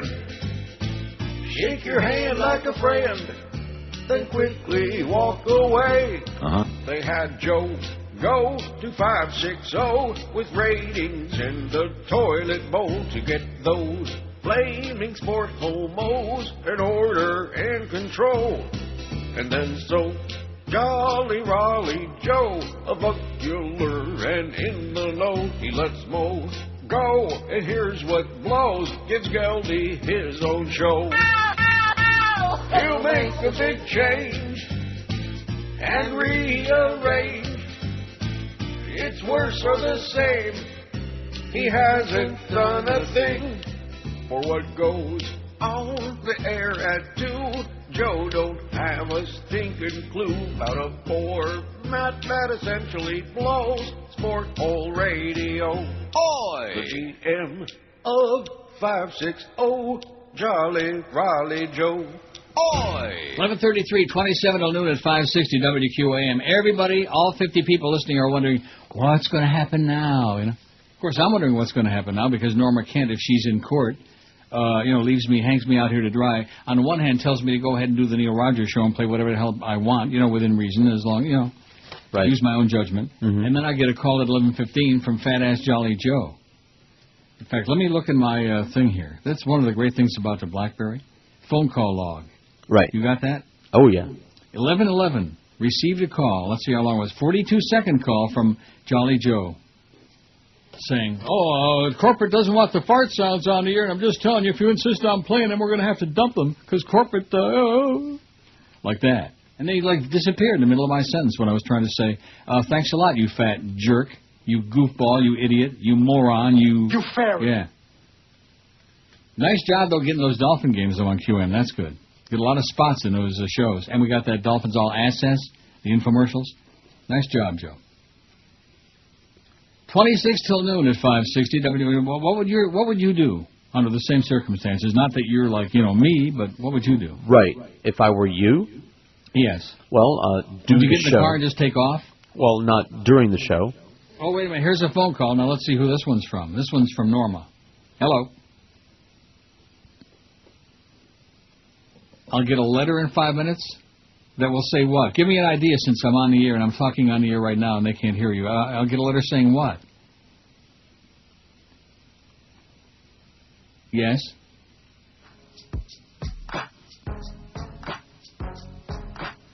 Yes? Good. Hubba and Jared. Okay. I'm getting a letter in 5 minutes putting them on notice that they're breaching my contract. Oh. This is going to be, I didn't realize today is going to be such an exciting day. Well, this is good for ratings.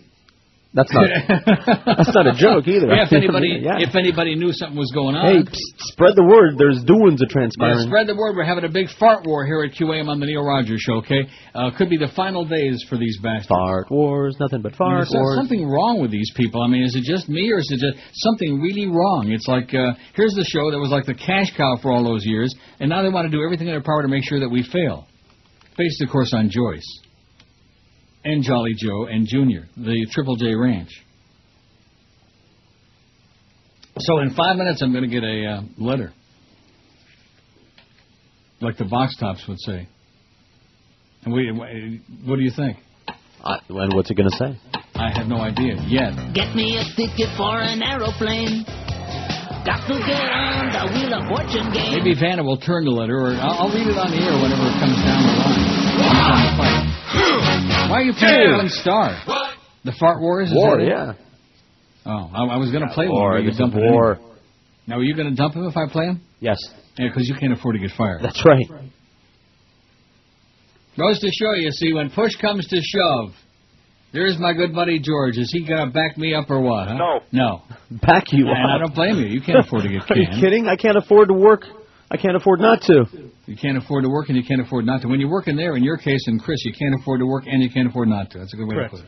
I wonder who the hell it was that came into my... I'm almost positive somebody came in and they turned around, went out, and locked the door. Maybe it was the maid. Maybe it wasn't Junior, because Junior's asleep They're in upstairs. the house. What? They're in the house. It was a stranger Do you call, have a weapon? Do you have a stick? No, I like don't. A pointy stick, I have my shtick. Yeah. I could have fired some farts on them, some real ones. But at my advanced age, of course, it's kind of dangerous trying to do that. You never know what's going to happen in the end. Rectum. Oh, I shouldn't have said that. Corporate doesn't want the farts. I mean, seriously, anybody out there over the age of 5 who's like not an adult but just a child with half a brain, stop and think about how ridiculous this is. Corporate is worried that Neil Rogers is playing fart sounds on the radio in violation of something they just made up. And so Joyce and all these people, they're getting a letter saying they're in violation. You know something? That's great. Write me a check, okay? I'll never play a fart sound on QM again. Write me a check, and I'll be gone faster than you can say Ishkabibble. What is that you're playing? Oh, dramatic music? Star Wars, yeah. Oh, Fart Wars. Right. Fart Wars start at the... That wasn't a fart. George played it, too, by the way. I didn't play that. It was a Wookiee. Oops, sorry. Now, does the... Let me ask you. Yeah. Does this dictum, if I can say that, can I say dictum? No. from corporate, does this include like raspberries also? Like occasionally we'll do like to you, like that. That's a raspberry. That's you not know a the answer to every like question that you've ever asked them. I know, but I'm not asking whether we know it. I'm asking whether they know it. Well, you know what they will say. In other words, what is the policy? Articulate a policy. Put it in writing. Say what it is. Does this include like in other words, anything that might be funny? We can't say it. We there can't you go. Say it, we That's it. Anything that anyone would want to hear. That's right. Anything that might amuse you. I mean, you hear the rest of the station, right? Well, then we can't do it. We want to be dead serious, like about what do you think about those Finns yesterday and that great comeback they almost made there? What about that? I watched it, by the way. I watched, of course, in between the Patriots just kicking Buffalo, just tearing the kishkis out of that. And it was amusing. Now, did you see? I'm sure Chris saw the highlight. It was second in inches at midfield, and Brady threw that long bomb to Randy Moss. Did you see that one? Yeah. And are you depressed? No. Randy Moss he's kicking ass, man. Him and Brady. And I will tell you this: Tom Brady looked so in the post-game interview yesterday. Or whenever the hell it was, they showed a clip. He looked so good. I don't know what the hell happened. It's like, must be because he's banging all those hot chicks. He's the father of our country. Even though we thought he was a clean-cut guy. As long as I live, I'll never forget that old coot that called. Oh, I can't believe Tom Brady. I always thought he was a clean-cut guy. Because we all know that clean-cut guys, good-looking young studs making millions of dollars, they don't screw anybody. They're like... No, why would they? I have no idea. And, of course, I know one thing. We're getting screwed. The biggest names. Don't even feel the it. best talent. This is Neil Rogers. Sports Radio. Raspberry. It's a blackberry. Don't worry. Sports leader. The biggest names. The best talent. It's the Big O. Orlando Alzagari. Sports Radio 560 QAM.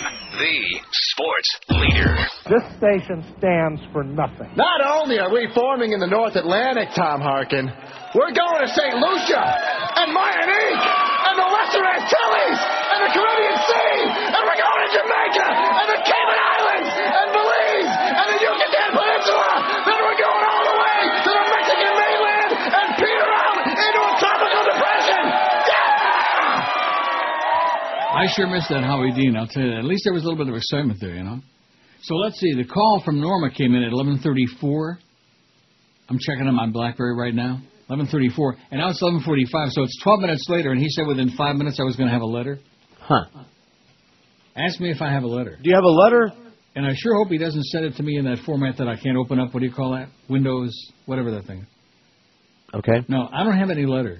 I don't have any email. I don't have any text message. I don't have any letter in a bottle under my door. I don't have anything. That's a long 5 minutes, Norma. Hanging me out to dry here. He's sending a letter, baby, and he's going to notify them. Bada beep, bada boop, bada bop, like that, Oh, wait a minute. Now, what's the story? Did you dump that? What? Your burp? Greps. It was a Greps. No. Okay. We can burp because you never asked if you could. Though gambling negotiations between the Seminoles and Governor Charlie Crist seem bogged down by politics, the tribe hasn't forgotten about Plan B, a lawsuit in Miami federal court.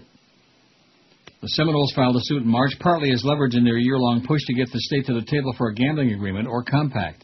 At the same time, the tribe, which had been unsuccessful in negotiating with former fat-ass Governor Jeb Bush, began negotiating with Crist for the right to offer Vegas-style slot machines and possibly other games like blackjack in exchange for sending a portion of tribal revenue to state coffers. Oh, my God. If successful, the suit would give the Seminoles and potentially the Miccosukis, who also sounded the suit, federal permission to install new games and casinos, cutting the state out of receiving a share of the Seminoles' estimated $1 billion plus revenue.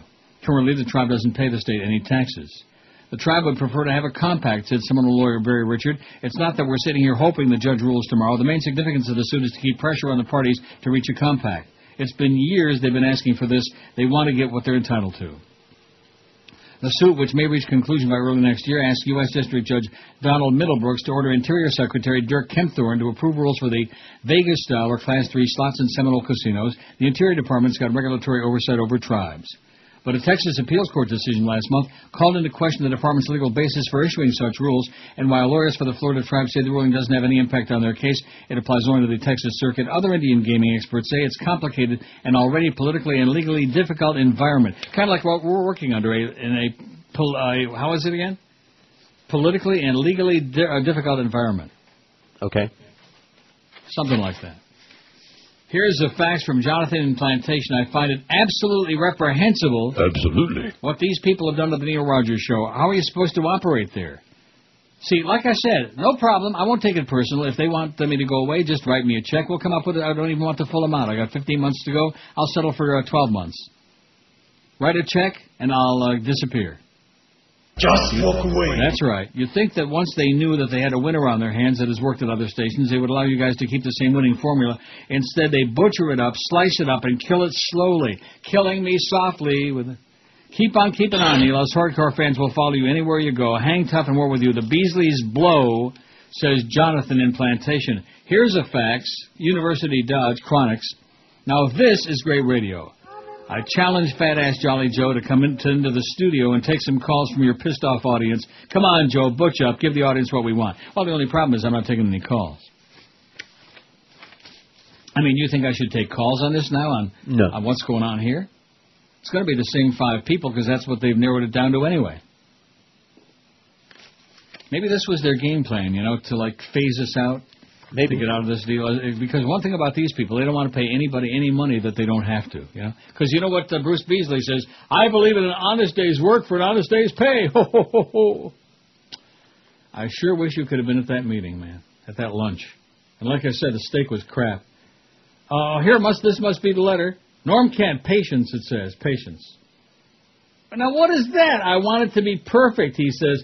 He's leaving me, hanging me out here to dry on the air. It's 11 till noon. We got 2 hours and 11 minutes to go, and he wants it to be perfect. Oh, my God, is this a silly queen or what? He wants it to be perfect? Like the thing you sent him last night was perfect. About the fart sounds. There's 85,000 pages on that. A treatise. It was like a... Yeah. Documentary on flatulence. Oh, I don't like how they treat us. And that sure really worked well, didn't it, Norma? That was very effective.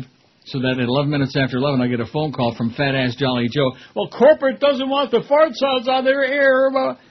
And like I said, if corporate doesn't want me on their air, write a check, okay? You won't believe how fast a fat old queen like me can disappear. I can vanish like somebody waved a magic wand. That's the one.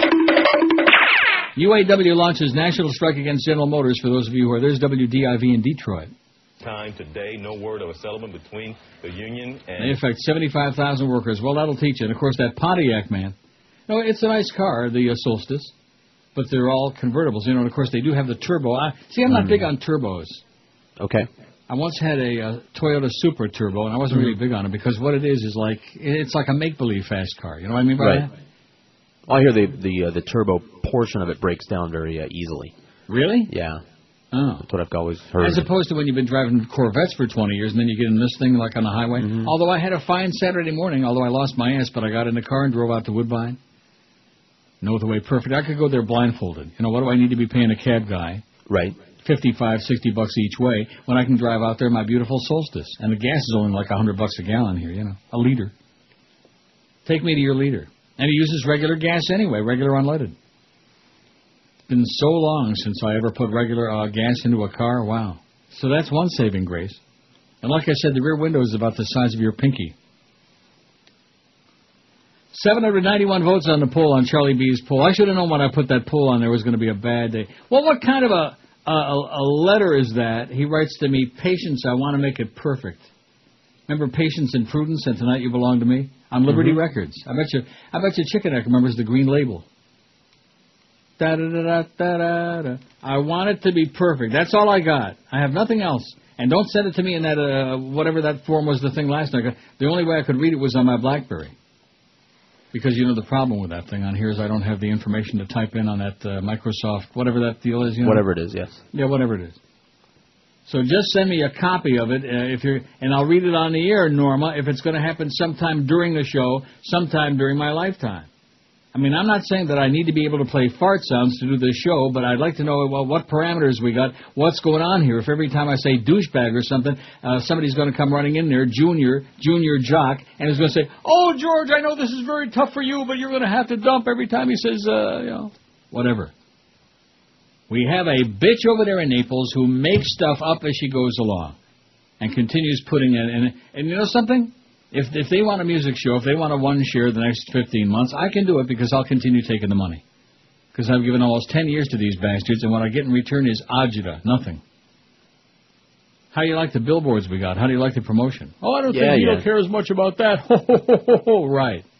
No, I don't care very much about the fact that we had a 1-7 in persons 25 to 54 in the middle of August, especially in a month when the sports nerd shows had a bogus number. I mean, Wire Diaries. Anybody who believes the Kenny and Bo morning show had a 5 share in anything has got to be, needs to be put in Bellevue, needs to be put in a mental institution. In Arcadia, isn't that where it is over on the West Coast where they have the Nut House in Arcadia? I do believe so. That's right. Is it? I've driven through there, I believe. 795 votes. I think with all the tremendous crap that's going on here today, we might actually make 900 votes, Chris. But we got 800. We'll do it. We actually have a shot at 950 today. That would be a real feather in our crap, because this poll, like I said, if you really found a finger in your chili or a dead mouse in your Cheerios or something unusual in your... rectum. Yeah, that would be bad. Like that's what we're getting today. We're getting the shaft in our... rectum. Now, I know that opens up the door for a lot of very... a lot of really grotesque comments out there about stuff like that. But that's not my bag, you know what I'm saying? I may have to be wearing a bag after this deal today. So what I'm doing, I'm just stalling for time because I'm waiting for this perfect letter that's going to be written by Norma Kent to do something. It's not there. And he called. Well, what time did I say he called? I forgot. I'll look at it again. Phone call logs. Here 34 or something like that. 34. Very good. That's 20 minutes ago. It's 54. Even we can figure out that's 20 minutes ago. And I still have no letter. What, didn't he say? I was repeating on the air what he was saying. 5 minutes, you'll have a letter. Didn't he say that? I mean, you didn't hear it, but I heard it. He said it about 4 times. In 5 minutes, give me 5 minutes, you'll have a letter. Bop, bop, bop, bop, bop, beep, beep, beep, beep. I'm sending it to this one and to that one. And blah, blah. He's really butching up, Norma. That's it. And we're still waiting on it. 11:55. Here we are, 21 minutes later, still waiting on the edge of my seat. On the edge of my crack, waiting for this important letter from Norma Kent, my erstwhile agent and attorney, who should have held these people's feet to the fire a long time ago. But, you know, better late than never. Oh, wait a minute, this might be it. Norm, and you know what he writes? Oh, this is just a repeat, because the BlackBerry, you get the messages like 20 minutes later. Patience, it says. Patience, without prudence. That exciting? Doesn't impress you? Patience. No. I mean, I'm on the air. In the middle of right smack in the middle. It's almost the little hand's going to hit the big hand in a couple of minutes. It's going to be noon. Right smack in the middle of what's supposed to be the Neil Rogers Show. We have this major brouhaha over fart sounds. Like we're dealing with management. It's like about a bunch of 3-year-old children.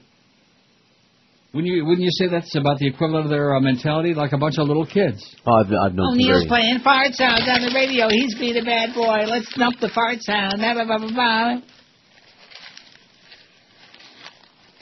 So what I'll do is I'll give them during the break, and I'll check and see if there's anything else on there in my Hotmail. Aight. And if not, I think I'm just going to lay down on the floor. The biggest names. The best talent. This is Neil Rogers. Sports Radio 560 QAM. The sports leader. Well, it beat at 12 to 1 hour on WQAM. Well, I never thought I'd find the kind of ride that I've been tooling around in today. Now it's a classic set of wheels fixed up the way a brother would like it.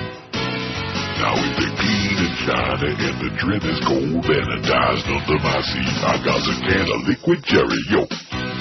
Aw, baby.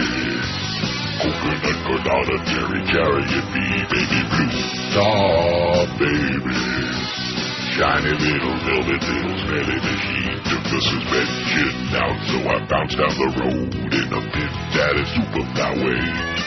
Now when they hard to stop, no big deal, someday I'll get around to fixing the brakes. A 1979 Bonbon Catalina, she's sure looking fine, now it's my baby Cadillac.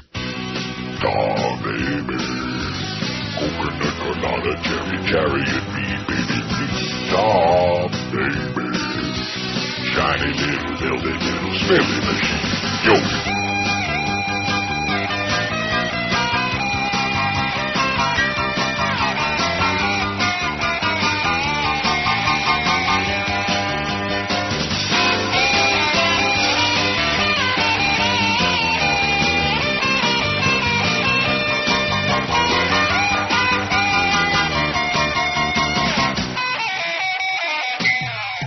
got my windows down on a hot summer day, 'cause the AC don't work no way.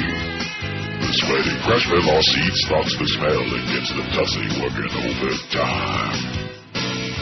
On my backseat you'll find a shiny ground that smell like lilacs. My carpet shiny too, 'cause I've been washing it with Marceau. Oh, baby. Coconut, granada, cherry, oh, baby. Microscopic wheels going over speed bumps ain't too smooth. Oh, baby. Freshman law interior, they fancy to me, baby blue. Oh, baby. 12:02 at 560 WQAM on Happy Monday to September 24th. I should have known it was right after Yom Kippur, man. Bad crap was going to happen. Make no mistake about it. And can I read you what I have from Norm Kent so far? Yeah. Excellent. I love it. That's it.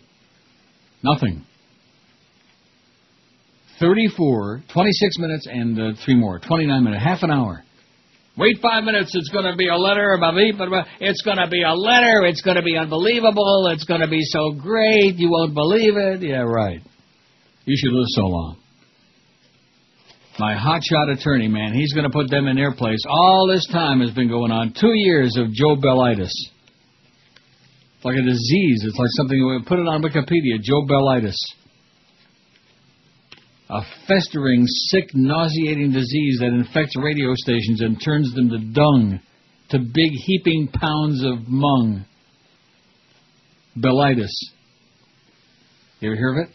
No, mungdalitis? What you did now, yeah, mungdalitis. We got 811 votes on Chris's poll. He's pretty happy, although he's not too pleased with what we put on there, though. Oh, that's all good. It's okay, it was on the top. No, it's not all good. That's not a good poll. It's crap. This Charlie B, man, I'd like to take him and put him in the same big pot of boiling oil with him and Joe Bell, the two of them. Have to be a big pot. And George said he'll smoke it. Sure. So what do you think of this? I mean, I actually turned the phone on here. WQAM, hello. QAM. I didn't say there was anybody on it, but it was ringing. Hello, Neil. Oh, yeah, with a phony voice. First call, a phony voice. Right. Hello, Neil. Yeah, Neil. Let's see if the audience really cares about this, if they want to add their 2 cents or not, okay? I don't mind taking calls. And it's better than waiting for Norm Kent to send me the letter that's not coming. Just be patient. Be patient. There's a letter coming, okay? There's a letter, yeah. 14 years from Tisha there's going to be a letter in a bottle somewhere, like in the Mediterranean. WQAM Fart Central, hello. Hi, I know you guys get a lot of stupid calls, but I am a faithful female listener, and I love you guys. Right. Thank God. I listen to you without fail every day. I love you. And what would you suggest? That we keep coming back? Yes, at least for the women that listen. We are out here. You do have us. Okay, thanks, sweetie. Have a great day. We love you. Okay, bye. Okay. Oh, there you go. That was very nice. 5670560. Pound 560 on the Verizon Singular Wireless line. See, I mean, we could have like a listener revolution. The only problem is we don't have enough audience left to like make any impact. You know what I mean? You can smell it. WQAM, hello. Hey, Neil. Yes, sir. You're leaving it on the Yovan, and I should have been there. Oh, yeah. WQAM, hello. 670-560. QAM. Neil. Yes. Neil, I just want to say the amazing thing about you is that after all these restrictions, you're still kicking ass. Oh, yeah, I'm kicking my own ass, old style, yeah. But I can you know feel, what, I can man, smell it. Maybe that's why those fart sounds keep coming out. Okay. WQAM, hello. Hey, Neil. Yeah. Man, why don't we sink Florida and make sure, put that Joyce lady down at the bottom of the boat and make her sink, you know?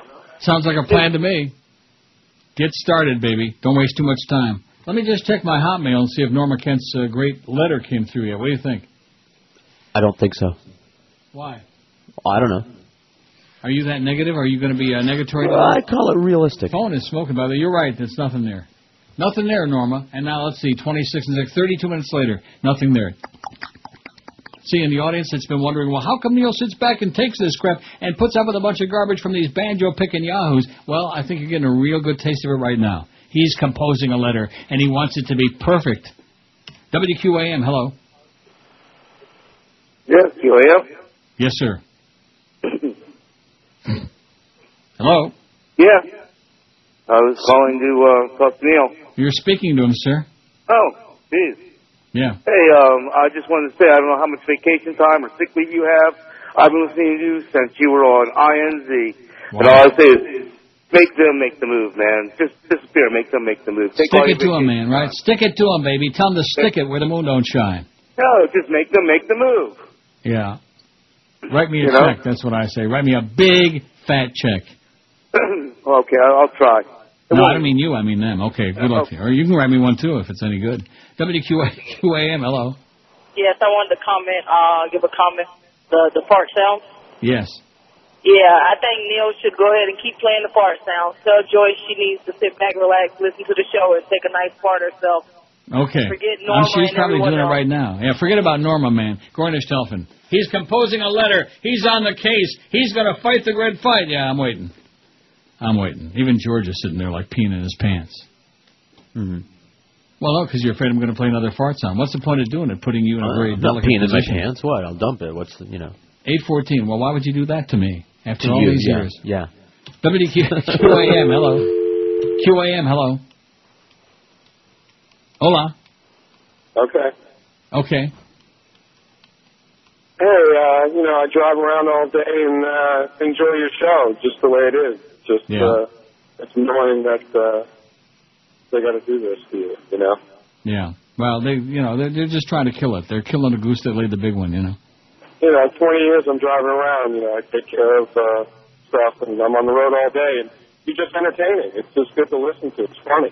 Well, good luck to me, pal. Good luck to me. All right, man. Hang in there. Good luck to us all. Like Tiny Tim said, God bless us one and all. Neil, God! That's right. And nobody even sneezed yet.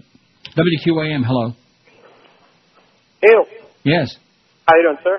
Okay. Hey, I was calling to make a comment regarding that kid that got tased.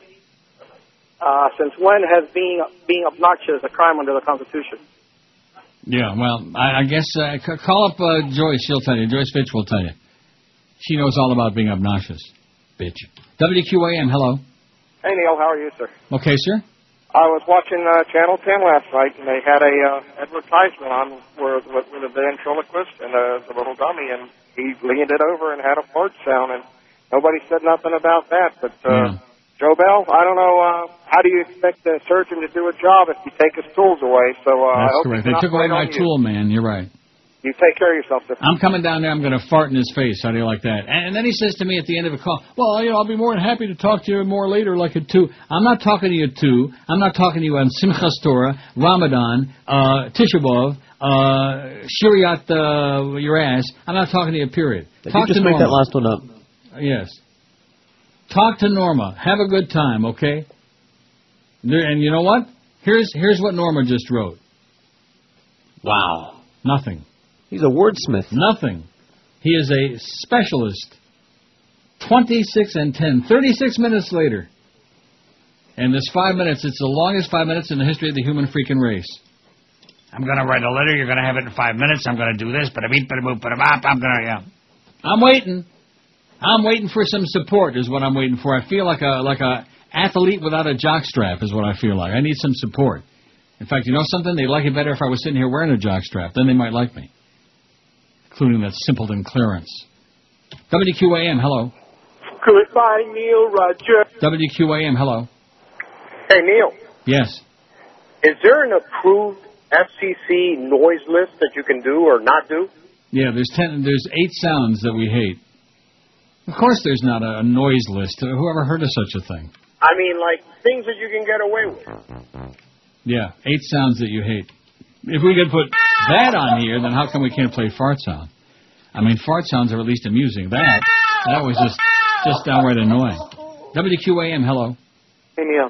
Yes, I sir. mean, they're trying to suppress bad taste, and you've been doing this for so many years, and you're like at the top of your field. I mean, George, you listen to any part of George's show. It's bad taste unlimited. They should look at his show before they look at fart sounds. Whose show? George's. George? That show is bad. I mean, talk about This has been bad a taste. George shot since the call started. I don't know how you Oh. didn't pick. I I'm don't know going to what fax you're you the talking norm letter now. You're going to fax me the norm letter? Yeah. You got it? I How got come it. I don't got it? I don't know. Let me see. And where did you get it? He sent it to my email. Well, let's see if I got it. No. This is my erstwhile attorney, okay? He sent it to your email. Well, at least he sent it to somebody anyway. Are you going to fax it to me now? I faxed it to you now. Okay, well, we'll do the break. This brings up a little bit of suspense. Maybe we can have like a drum roll when we come back. A drum roll. The best. Attaboy, Norma.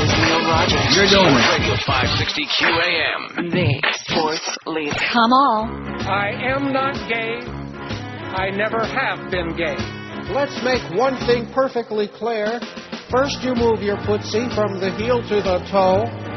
Make a tapping sound as you move it to and fro. Point it towards the stall of someone you don't know. And then you tap around like Morse code.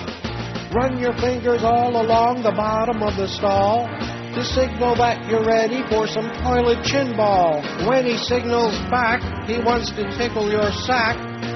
Why, that's what's called the baggity tap. Look all around and find a glory hole. If none can be found, squirm down by the fold. Push your head through to the other side and ask if you and he want to see eye to fly. You're in a public place, so make it fast. At least until you both have a blast. Then you genuflect and pull up your pants. That's what's called the baggity tap. Yes. Unless the other guy shows you his badge. No! 1218 at 560 WQAM. Here's the letter, okay? And I did finally get it on my, a little bit slow. Maybe my email is slow. You think so? Yes. Am I not so hot, man? Yes, I do. Well, what's that? It's not real email. I tried to tell you that before, but you don't want to hear it. Sorry.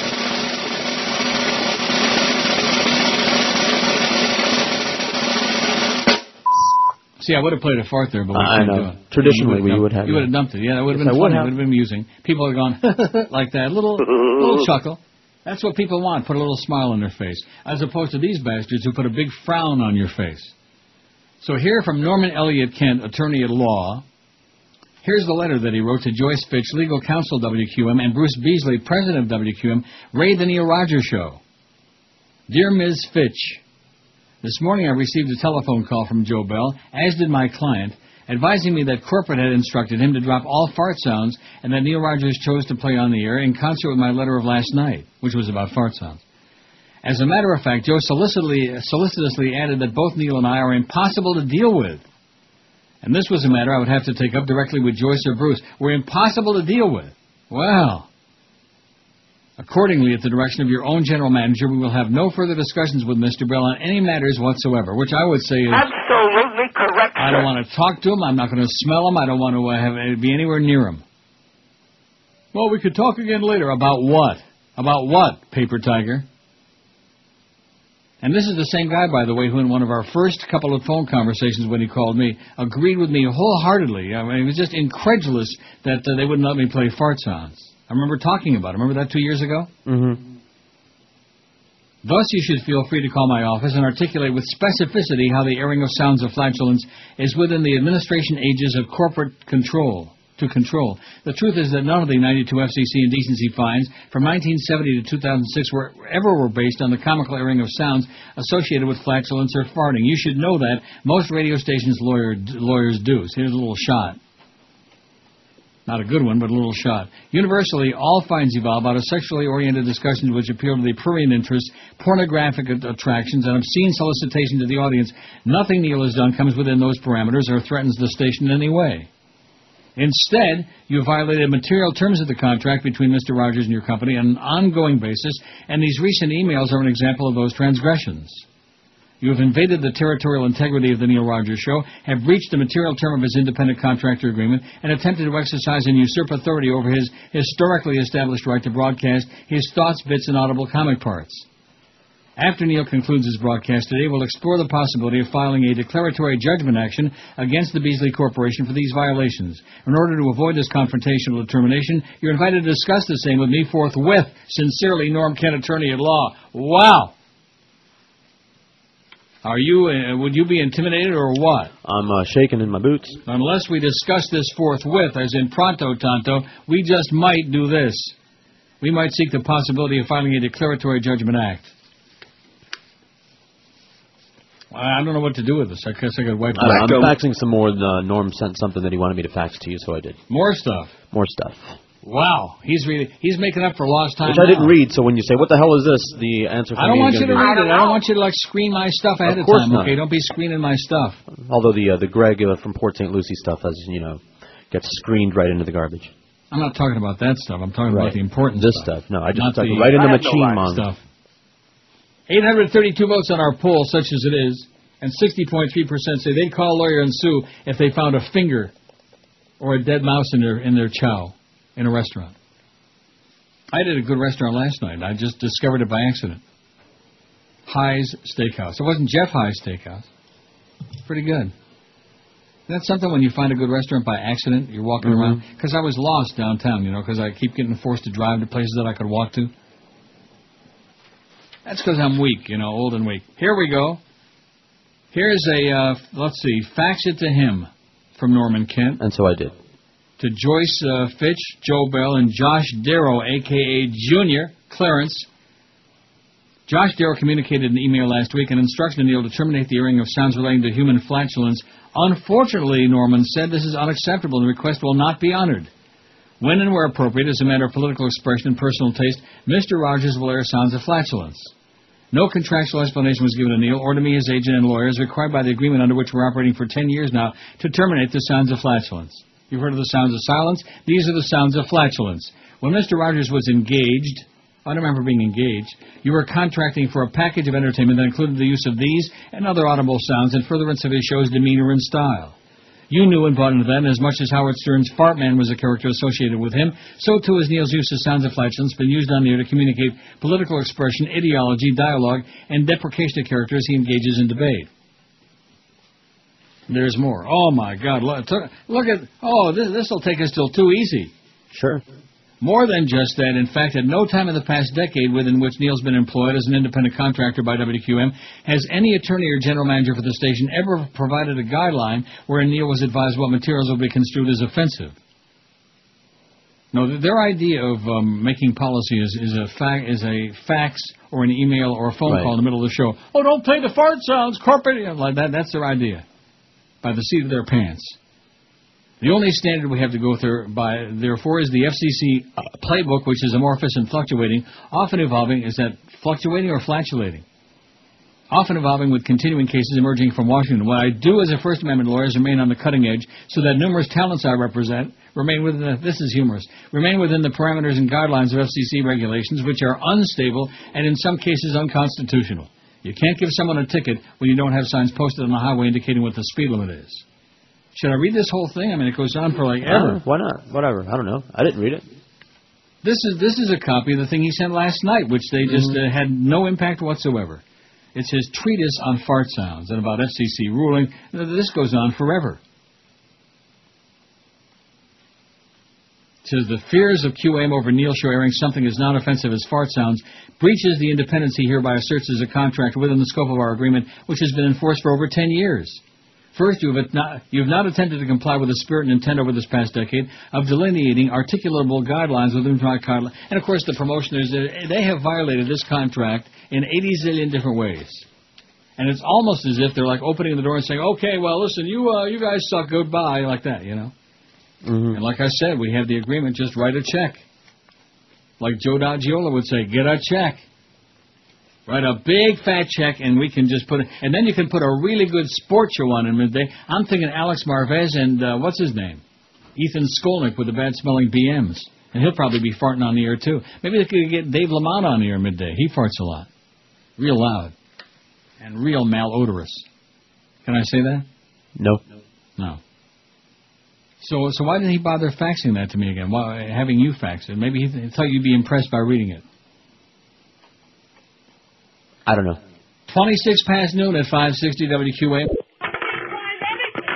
Mickey Mouse's office. Mickey Mouse speaking. Mr. Mouse? Hello? Oh, I didn't think I was going to get you. This is Robert Iger, President and CEO of the Walt Disney You don't have to give your title every time you call. I'm sorry, sir. Is everything okay over there? I'm not used to you picking up the phone. No, everything isn't okay. Goofy's in rehab. Oh, no. I had to send him to the Cirque Lodge. He's in there with Lindsay Lohan. Oh, I'm so sorry, sir. Oh, God. The office is in shambles. I can't find anything. I didn't realize Goofy had a problem. Oh, yeah, he's all kind of f***ed up. Boy, that's horrible, sir. Yeah, it's coke, it's booze, it's weed, it's everything you can think of. It's like the 80s when Chuck Grodin and I used to party pretty good. Send Goofy my best, sir. Shut up. What do you want? Oh, sir, wait a minute. I was going to call you, but I couldn't find your number. You couldn't? No, Goofy has some sort of filing system, and I don't know what the hell it is. It was put together by an alcoholic. Oh, is everything okay? Do you know Vanessa Hudgens? Oh, Vanessa Hudgens, yeah, the young star of High School Musical 1 and 2. Sir, is there something wrong with the connection? Have you seen the pictures of her online? Pictures online? Oh, she's adorable, isn't she? She's the nude ones. What? She's totally nude. Wow. Uh-huh. Where did you see nude pictures of Vanessa Hudgens? I just told you they're online. Haven't you seen them on your computer? Unfortunately, I don't know how to turn on my computer. You what? Hey, Iger, you don't take a town car to work, do you? You take a little tiny yellow short bus. How can you hear me on the phone with a helmet on? Well, sir, what is it I can help you with? Take your helmet off and pay attention. Okay, sir, what is it I can help you with? Crying out loud. I want Vanessa Hudgens in my office. She's my kind of woman. Really? She's a bit young for you, sir, no? No. Have you seen Minnie? No, Getting a little long in the tooth. Botox, boob enhancement, plastic surgery on the crow's feet. Killing me. So you said Vanessa is your type of woman. I don't understand, sir. She's only 18. Seeing the pictures, right? She's my kind of woman because she doesn't own a razor. Come again? Oh, God. What, I go too fast for you, Reverend Jim? She's all natural. A lot of tumbleweeds south of the border. Well, yes, sir. I believe in the desert areas there are tumbleweeds. Oh, no, you functioning moron. I'm sorry, sir. I really don't understand. Do you remember the 70s? Oh, sure, sir. Some of my best days. I had a great time in college. Shut up. Yep. Did you ever see any porno in the 70s? Well, It's a little different than it is now. Right. Do you know how? They didn't own razors. Oh, sir, I understand now. You enjoy women that have hairy legs. That's, to each his own. I understand. And okay. Well, you're a young girl. I just don't get it. All right. Well, this has been this has been very educational. Get up here, will you? Yeah. I want to have a meeting with it. Okay. All right. Oh, my other line's ringing. Wait a minute. I say when it's over. Okay. It's over. Oh, we can say that again. 1233, 2701 at 560 WQAM. We have 838 votes on the poll, Chris. 848. What did I say? 838. 848. That's great. Especially on a smarmy poll. It's appropriate that we had a smarmy poll today because it's a smarmy day. 850. Well, we'll make that 950. It's the last thing if we have to stay until midnight. Of course, George will be here. I won't. Right. After a Friday editorial on page 4 in the Collegian that said, "Taser this, F. Bush," sparked national uproar and controversy regarding free speech, Editor-in-Chief J. David McSwain will be before Colorado State University's Board of Student Communications tomorrow to defend his job. The expletive was spelled out about twice the size of a headline. BSC has authority sanctioned by the Board of Governors of the CSU system to fire the editor-in-chief. McSwain and the Collegian Editorial Board are standing by the decision. The editorial board felt very strongly that it's time college students, especially CSU students, started talking about issues. He said, "We're zealots for freedom of speech. We felt that after Andrew Myers at the University of Florida campus was pulled from his mic and abused, that we started getting people to talk." Guess what, Pally? I agree with you, but there is no more freedom of speech. There's not even freedom of flatulence. But he added that the board didn't realize the full consequences of the decision.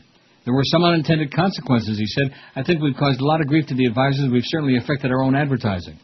An undisclosed amount of collegiate advertising money has been lost since the editorial was printed." McSwain said the editorial wasn't about the president, but about freedom of speech. "I think it's been blown a little out of proportion. It's been turned into more of a political issue," he said. "Historically, our views are not in favor of President Bush. We very often slam him on that same section. So this issue wasn't what we said. It was how we said it. To us, it was a free speech issue. The Collegian will not be suspended by the university, the student newspaper." Isn't that white of them? Mighty white.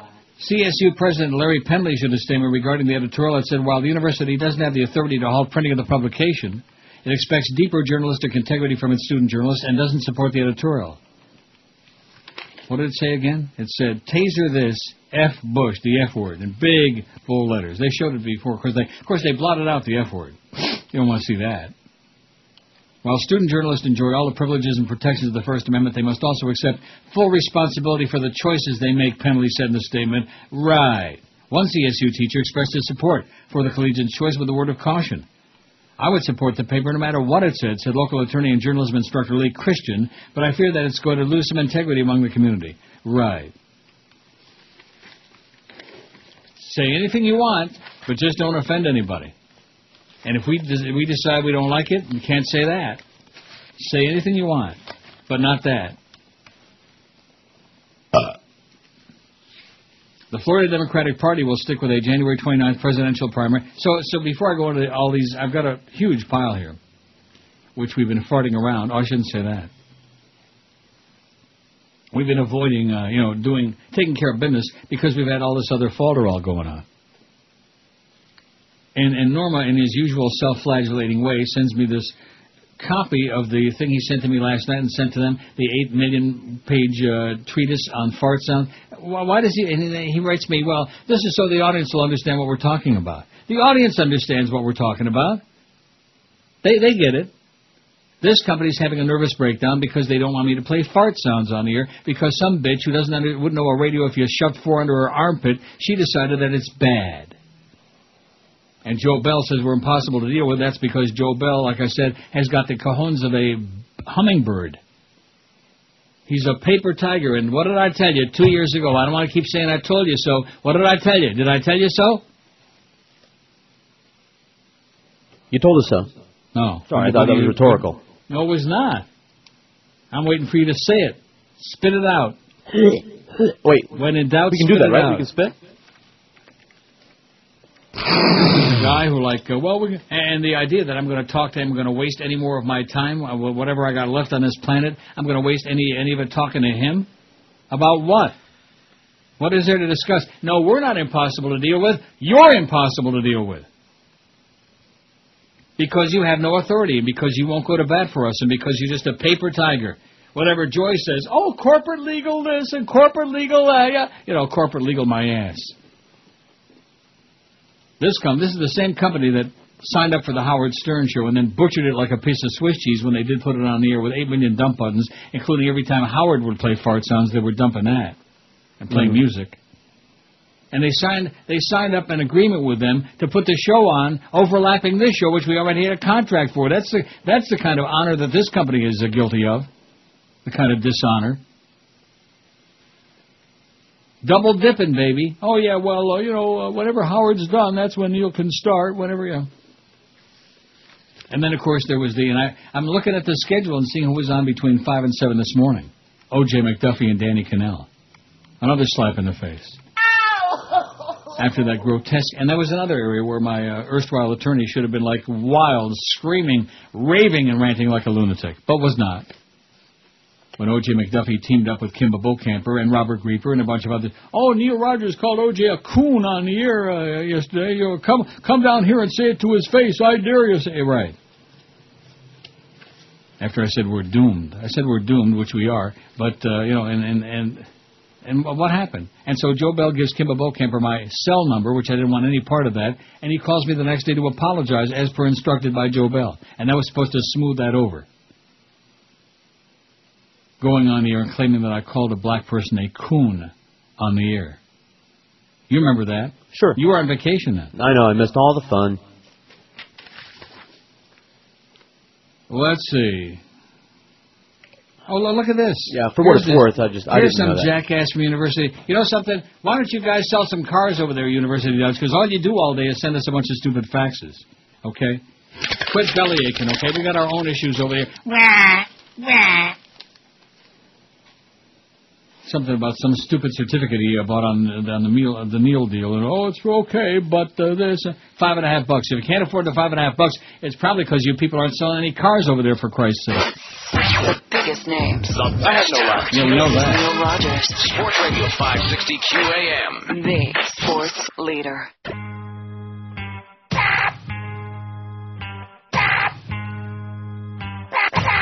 Hot show, I'm a the city. What's this thing called electricity?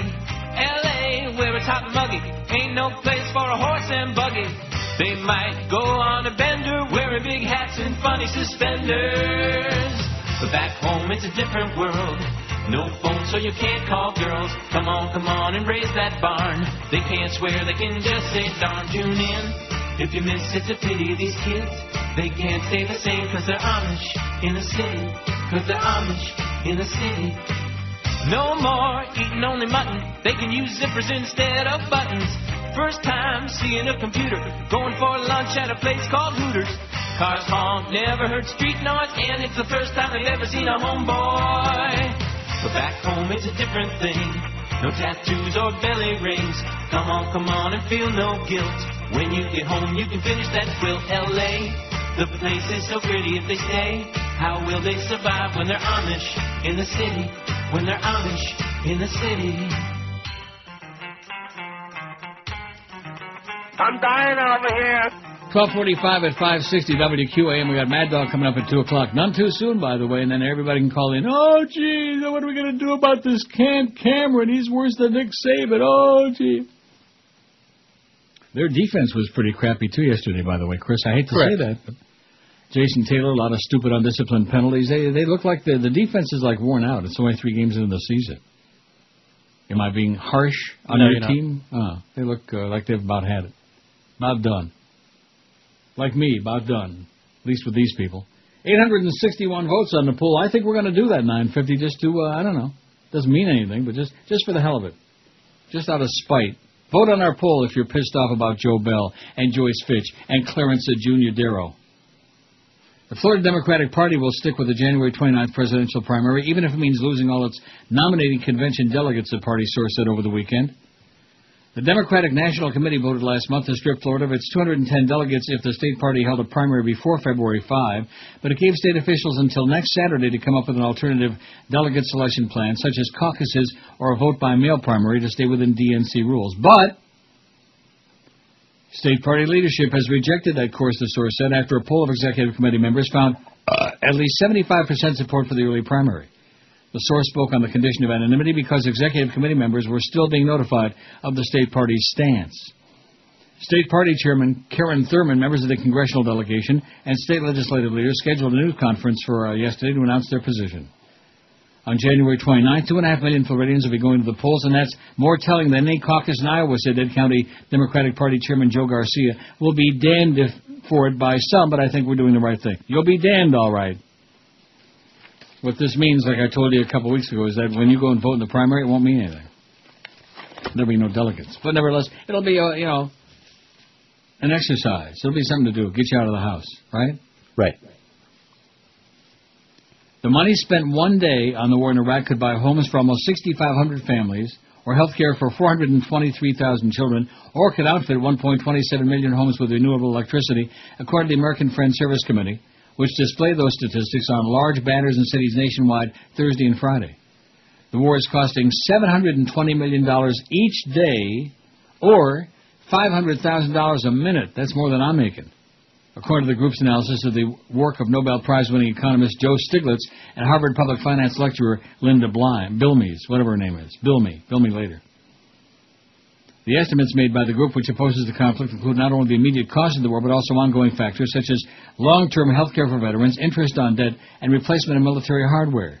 The wounded are coming home, and many of them have got severe brain and spinal injuries which will require round-the-clock care for the rest of their lives, said Michael McConnell, Great Lakes Regional Director of the AFSC, a peace group affiliated with the Quaker Church. The $720 million figure breaks down into $280 million a day from Iraq War supplementary funding bills passed by Congress, plus $440 million a day in incurred but unpaid long-term costs. The rape of your tax dollars. It's a beautiful thing. Speaking of dollars, and by the way, the phone is just ringing off the hook now. I had that phone call frenzy there for a while. Oh, yeah, I see. Nothing. I'd take some more if we got them.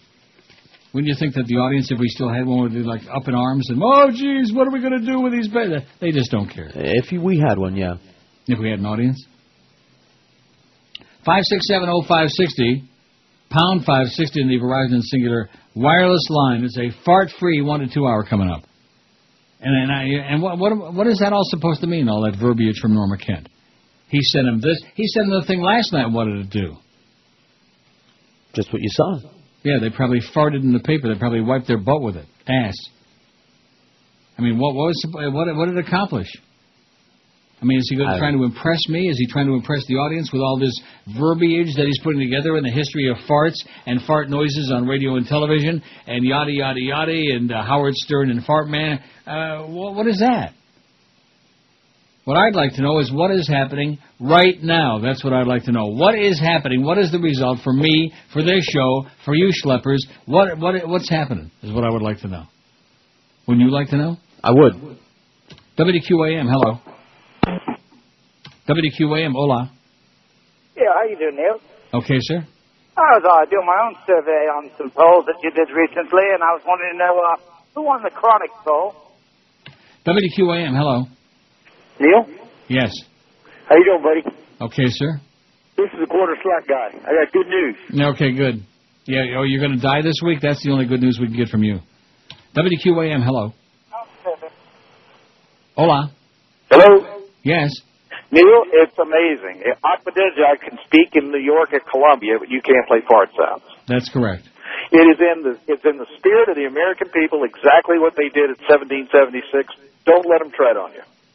Meaning what? What does that mean? I mean that means be as independent as you can, and I would secede from the union if I were you. Yeah, okay. I like the 25-cent slot guy better than him. WQAM, hello. You have to give the public what they demand. WQAM, hello. We need Don Schuler. QAM, hello. Deportes. WQAM, hello. Neil? Yes.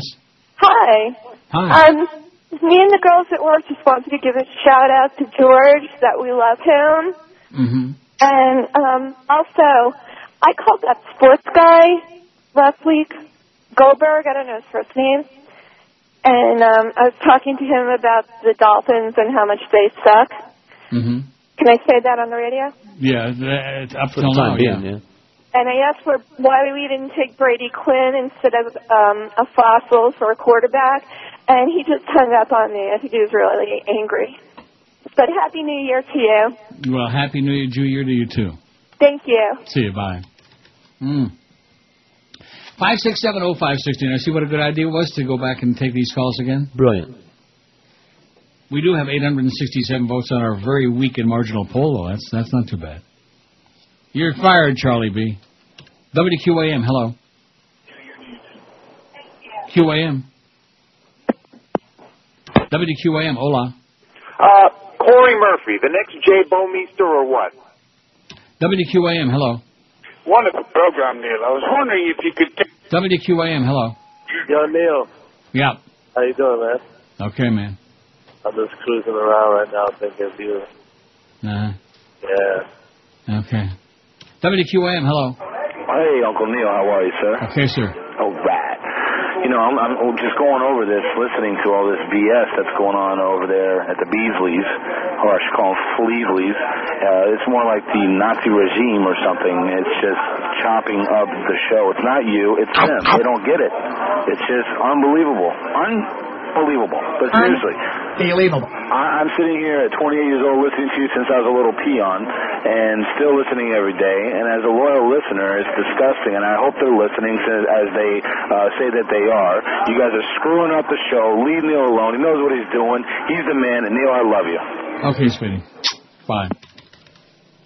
876 on that poll, boy. Like 1776, like that guy said. The spirit of revolution, man. We're going to have a... Not.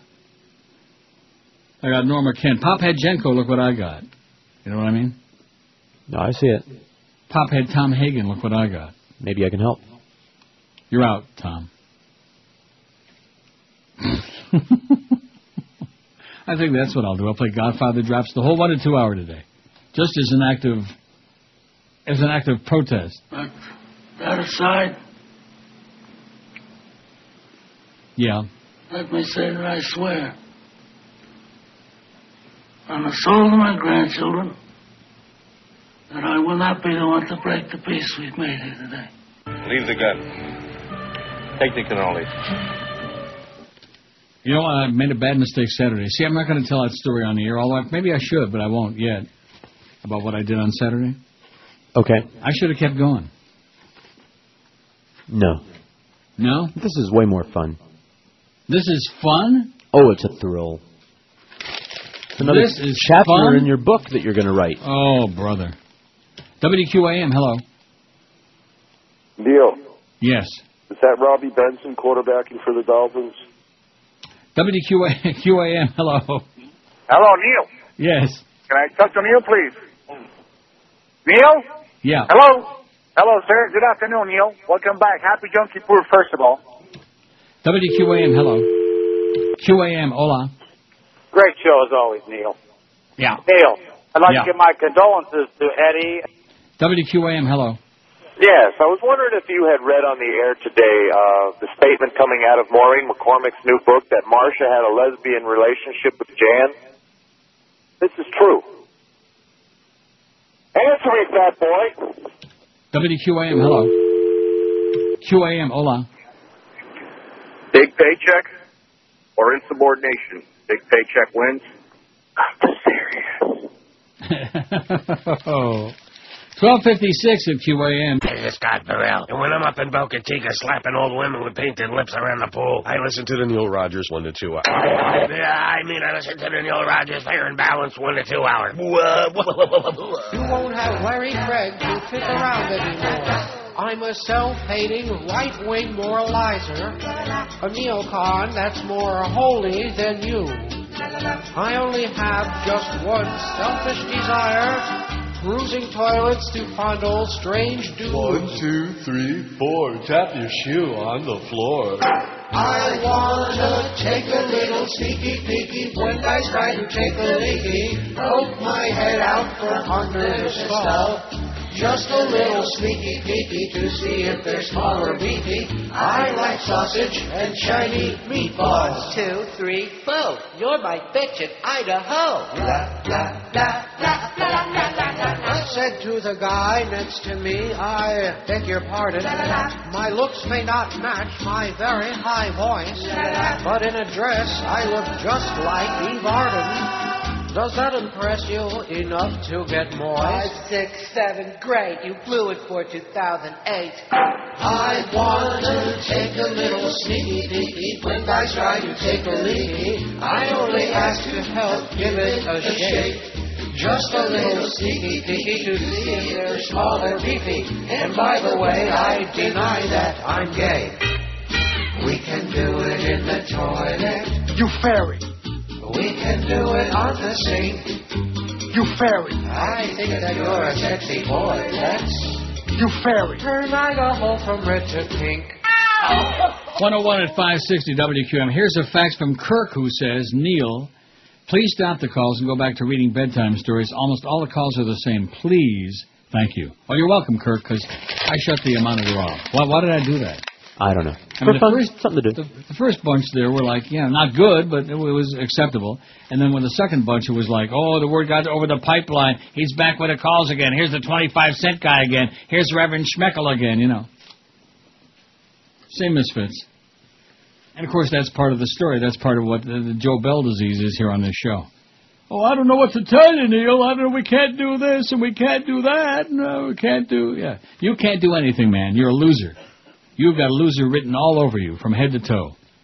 And this business about Norma and I are impossible to do business with. It's unbelievable. This is a company that doesn't want to live up to anything they put in a contract with anybody, not just with me. They just make it up as they go along. A Naugatuck, Connecticut priest who was accused last month of sexually assaulting a teenage boy has been arrested after he allegedly sought contact with a youngster. The Reverend Robert Grant was outside his car near St. Mary's Church on Saturday when he tried to call the boy over to where he was standing, said Lieutenant Robert Harrison, a Naugatuck police spokesman. Grant, who formerly served St. Mary's and St. Hedwig's churches, was charged with breach of peace and released on $200 bond Saturday night. He's scheduled to appear in Waterbury Superior Court October 3rd. Grant tried to approach the 16-year-old boy who accused Grant of giving him wine and money in 2006 in exchange for allowing him to inspect his foreskin, claiming that his circumcision wasn't performed at the code of the church and he needed to rub healing ointments on the skin over a period of months, police said. Mm-hmm. There's a good line for you. Sure. I never thought of that one. He was charged August 2nd with a second-degree sexual assault and risk of injury to a minor and released on $200,000 bond. Grant has pleaded innocent, and St. Mary's parishioners have defended him. His lawyer, William St. John of Waterbury, couldn't be reached for comment. The Archdiocese of Hartford has placed Grant on administrative leave. A call was placed seeking comment from a spokesman for the Archdiocese, but so far they are mum. 895 on the survey. We're going to make 900, Chris. Rest easy. We're going for 925, remember? We're going for what? We're going for whatever we can get. 925. We got 57 minutes here, man. How can we not get 925? We already got 895. I think 950 is doable. And we really care about that a lot. 896, see that? So guess who's got the money besides Bill Gates? I don't know. You? It says, $1 billion is no longer enough. The price of admission to this, the 25th anniversary edition of the Forbes 400, is $1.3 billion, up $300 million from last year. The collective net worth of America's leading plutocrats rose $290 billion to $1.54 trillion. Wow.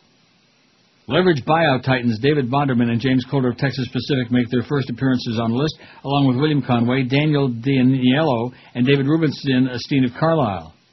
Blackstone billionaires Peter Peterson and Tony James also joined the Forbes 400 for the first time. Aren't you impressed? No.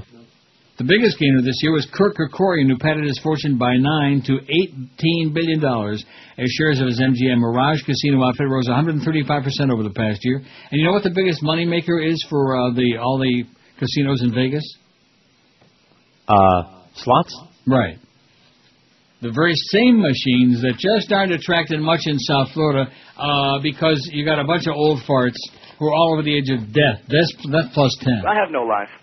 I mean, what do slot machines have to do with, like, shuffleboard and mahjong and early bird dinners? Right.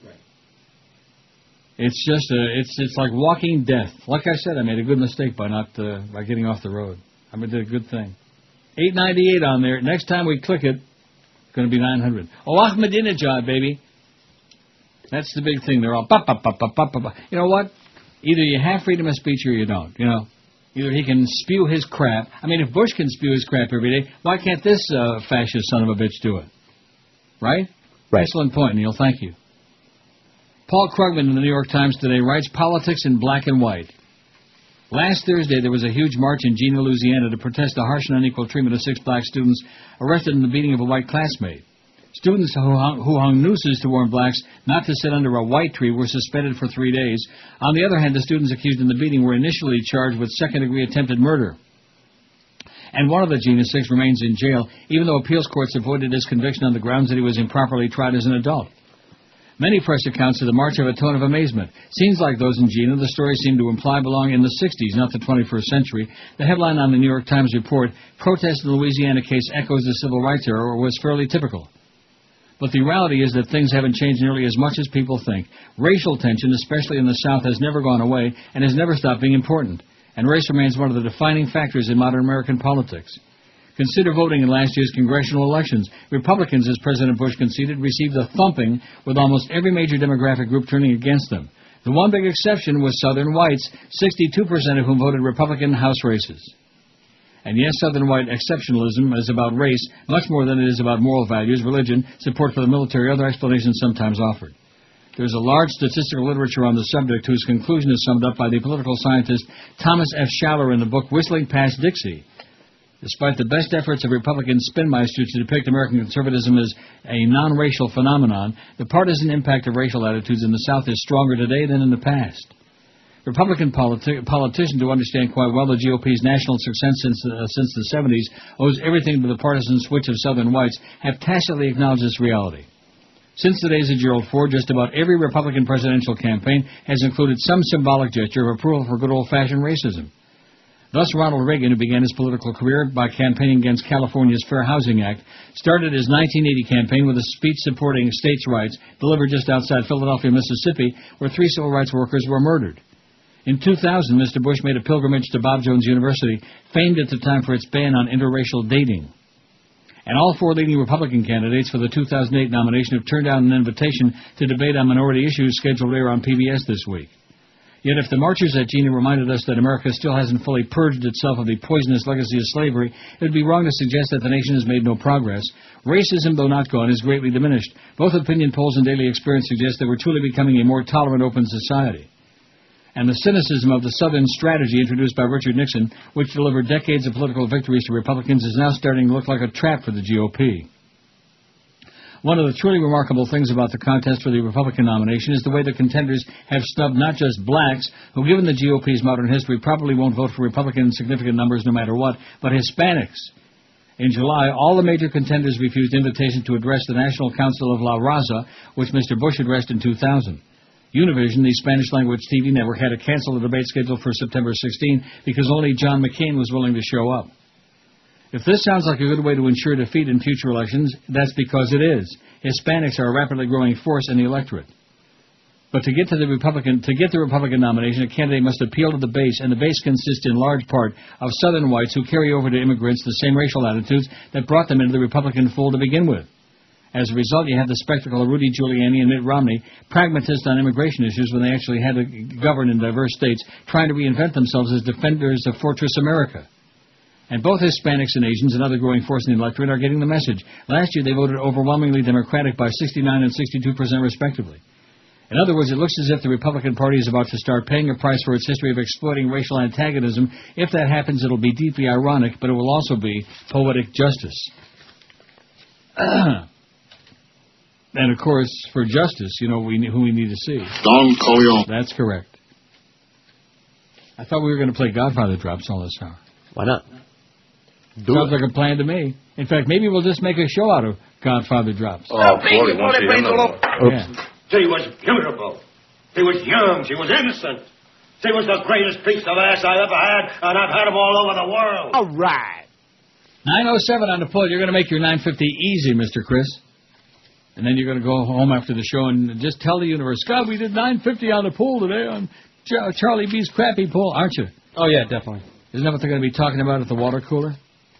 I think once upon a time, if this incident would have happened today with the fart sounds, once upon a time there would have been a big hue and cry, you know? But that's back in the day when we still had an audience. That's back before Jolly Joe came and decided to, disembowel the entire radio station. Excellent job, by the way, Jolly Joe. The biggest names. The best talent. This is Neil Rogers. Sports Radio 560 QAM. The sports leader. No more sucking, please. A soap opera like nothing you've seen before. Excuse me, esteemed father. What is it, my child? I have something I must tell you. What is it, my daughter? Oh, father, I am afraid to tell you. Afraid to tell me, your own father? I fear I will bring shame upon our family. Nonsense. I am your father. I love you very much. You must tell me what is wrong. You promise you will still love me? Of course, my sweet child. A father's love is not erased by a simple misdeed. Very well. I am pregnant. Oh, I see. Do you still love me, Father? Of course I do. But since you're pregnant and not married... Yes, Father? I'm afraid I must drag you down to the town square and, with the help of my friends and neighbors, stone you to death.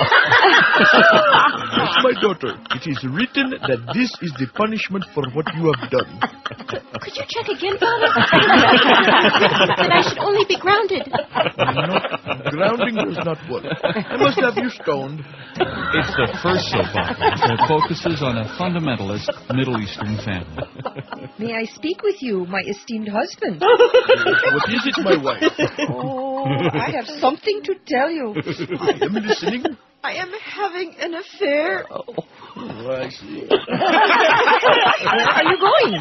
Oh, out to the backyard to collect some stones. Oh, do you mean... Yes, I must drag you to the town square, where you will, of course, be stoned to death. You'll be mesmerized as you follow the lives of the Ahmed family and how they deal with the many problems that plague them. Oh, may I speak with you, my esteemed father? Yes, my son. Oh, Father, last night I used illegal drugs. Well, what do you know? You are one lucky boy. Oh, why is that, Father? you are going to get stoned 2 nights in a row. You won't want to miss The Guiding Shiite. The Guiding Shiite is shot on location in Baghdad, Iraq. 117 at 560 WQAM on a really wicked Monday, baby, September 24th. Wow. We got 918 votes on your poll, Chris. Aren't you responsible for this grotesque poll today? Yeah, sure, why not? Detectives arrested Martin Moore, 42, of 3349 Bee Ridge Road in Sarasota Thursday afternoon. They charged him with 10 counts of sexual battery on a child and unlawful sexual activity with a minor. The 17-year-old victim was told a teacher she'd been sexually involved with Moore since she was 13. The teenager told authorities she met Moore through the Youth for Christ Christian Teen Center where Moore worked. All right. I like that. Youth for Christ. Maybe Jesus was a pedophile, I think. Mm-hmm. Never know. He sure had that real slippery look about him. Frank Rich writes, pardon poor Larry Craig. You know, your good buddy Doug Thompson wrote the same thing. I did nothing wrong, said Larry Craig at the start of his long national nightmare as America's favorite running or perhaps sitting gag. That's the truth. Justice lovers of all sexual persuasions must rally to save the Idaho senator before he is forced to prematurely evacuate his seat. Time's running out. The final reckoning may arrive this week. On Wednesday, a Minnesota court will hear Mr. Craig's argument to throw out the guilty plea he submitted by mail after being caught in a June sexting in the Minneapolis airport. If he succeeds, there's a chance he might rescind his decision to resign from the Senate September 30th. Either way, he should hold tight. Not only did the senator do nothing wrong, but in scandal he's proved the national treasure that he never was in his salad days as a pork-seeking party hack. In the past month, he has served as an invaluable human Geiger counter for hypocrisy on the left and right alike. He's been an unexpected boon, not just to the nation's double-entendre comedy industry, but to the imploding Republican Party. Gays, not all of them closeted, may be among the last minority groups with some representation in the increasingly monochromatic GOP. If it is to muster even a Rainbow Light coalition for 2008, it could use Larry Craig in the trenches. On the legal front, Mr. Craig is now without his semi-spirited defenders, and an eclectic group including Arlen Specter, the ACLU, the Washington Post editorial page, and scattered Democrats. While there's widespread agreement that Mr. Craig was an idiot not to consult a lawyer before entering a guilty plea, idiocy is no more than a federal offense than hypocrisy, especially in Washington. What Mr. Craig did in that men's room isn't an offense either. He didn't have sex in a public place. He didn't expose himself. His toe-tapping, hand signals, and wide stance were at most a form of flirtation.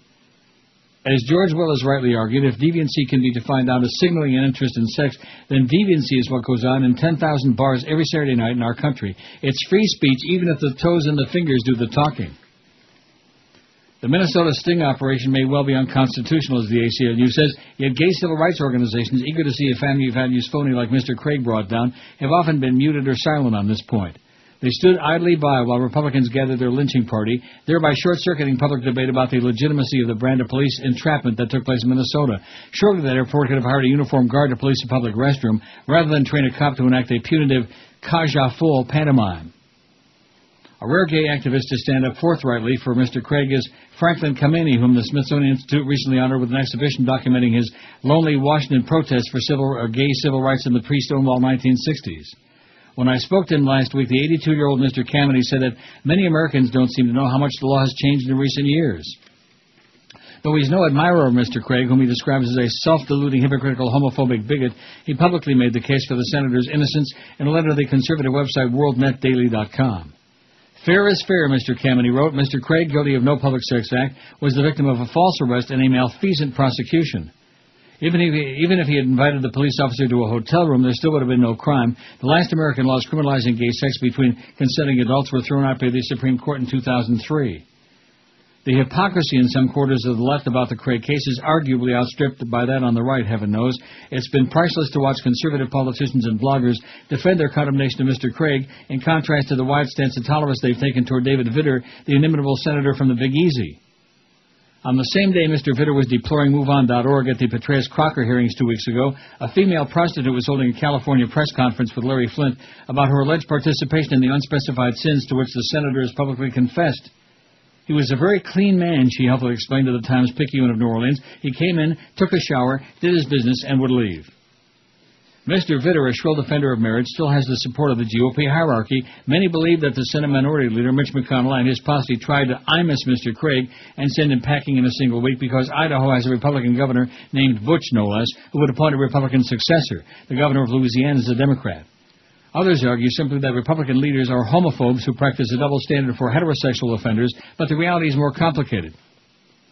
As we learned in the revelations surrounding the years-long cover-up of the Mark Foley scandal, there may be more gay men in the Republican leadership on Capitol Hill than there are among Democrats. Even Rick Santorum, the now-departed senator who likened homosexuality to man-on-dog sex, had a gay director of communications. Homophilia and homophobia have been twin fixtures in the modern GOP, at least since the McCarthy-era heyday of Roy Cohn. As Rich Taffel, the former executive director of the Gaylord Republicans, points out, this internal contradiction couldn't hold once Karl Rove and President Bush decided to demagogue the issue of same-sex marriage by pushing it to center stage of a national political campaign. That mean-spirited and cynical election year exploitation of homophobia accelerated the outing of Republicans by activists on the left. It made gay Republicans targets, Mr. Taffel told me last week. Stories about Craig percolated on the Internet long before the airport incident.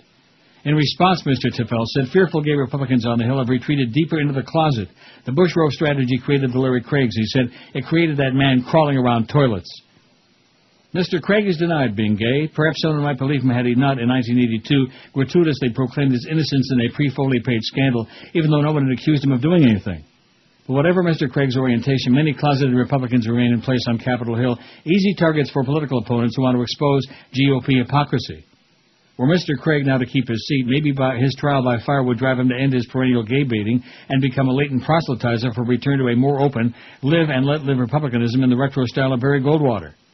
Granted, Mr. Craig has shown no leadership of any kind in his career to date, but if Trent Lott can have a second chance after seeming to embrace the Dixiecrat racialism of Strom Thurmond, why not the toe tapper from Idaho? The GOP needs at least one minority group in its ranks if it's going to be a viable political party in the 21st century. As the former vice presidential nominee Jack Kemp asked rhetorically last week, what are we going to do, meet in a country club in the suburbs one day? His comment was prompted by the news that major Republican candidates had claimed scheduling conflicts to avoid a debate at a historically black college in Baltimore. This was so obvious a slight that even Newt Gingrich labeled the candidate's excuses baloney, and the usually controversy-averse Jay Leno was moved to call for the Republicans to change their minds after the debate's moderator, Tavis Smiley, aired the issue on The Tonight Show. The brush-off of that debate followed a similar rejection by the same candidates except John McCain of a debate sponsored by Univision, the country's most-watched Spanish-language network. It's only the latest insult to Hispanic voters, the fastest-growing American minority. Without Hispanics, the GOP is doomed in swing states from Florida to Nevada. If you have any doubts, just look at the panic at the staunchly Republican Wall Street Journal editorial page. It's even now started attacking its own cohort, what it calls Fox News populist and obsessive bloggers, for driving away once Republican Hispanic voters with over-the-top invective about illegal immigrants. It would be unfair to say that the GOP is devoid of sensitivity to all minorities. True, Peter King, the Long Island congressman, said last week that America's got too many mosques, but he was balanced by Mitt Romney, who sent out a press release wishing the Jewish people a hearty Lashana Tova for the new year. And let no one fault the Republican presidential field for not looking like America. Alan Keyes is back, too. But the last minority with at least a modicum of influence in the party's power structure seems to be closeted gay men. As an alternative to cruising men's rooms, the least they could do is use their clout to stay the manifestly unjust execution of Larry Craig. Poor Larry. He's a real toe tap. Don't you feel sorry for Larry? No. Me either. I feel sorry for us. Sure. Like Don DeLuise in Fatso said, I feel sorry for me. The biggest names. The best talent. This is Neil Rogers. Sports Radio 560 QAM. The sports leader. Doping balls. No juice today, Judge Ito had to say. The jury's gone away on a busman's holiday. No juice today, so find another way to get you through the day, 'cause you won't see OJ. Why don't they know how long it's gonna take? Now they all go and take another break. They waste our time with nothing to defend. Just find a guy and bring it to an end. No juice today, that's too bad for OJ. He can't defend his rage, he's locked up in his cage. 1:30 at 560 WQAM. Happy Monday to you. Happy Yom Kippur. That's like saying happy death. But at any rate, there's a lot of goyim out there. What do they know? 935 votes. We're going to make the 950 easy, Chris. Maybe even 1,000. No. Are you a crazy person or what? Yes. As if I have to ask that. Well, look where you're working. Correct. Look how much you're working for. And we need 2.2 a minute to get to 1,000 in a half an hour. I mean, we need 64 votes in 30 minutes. We need a 2-2.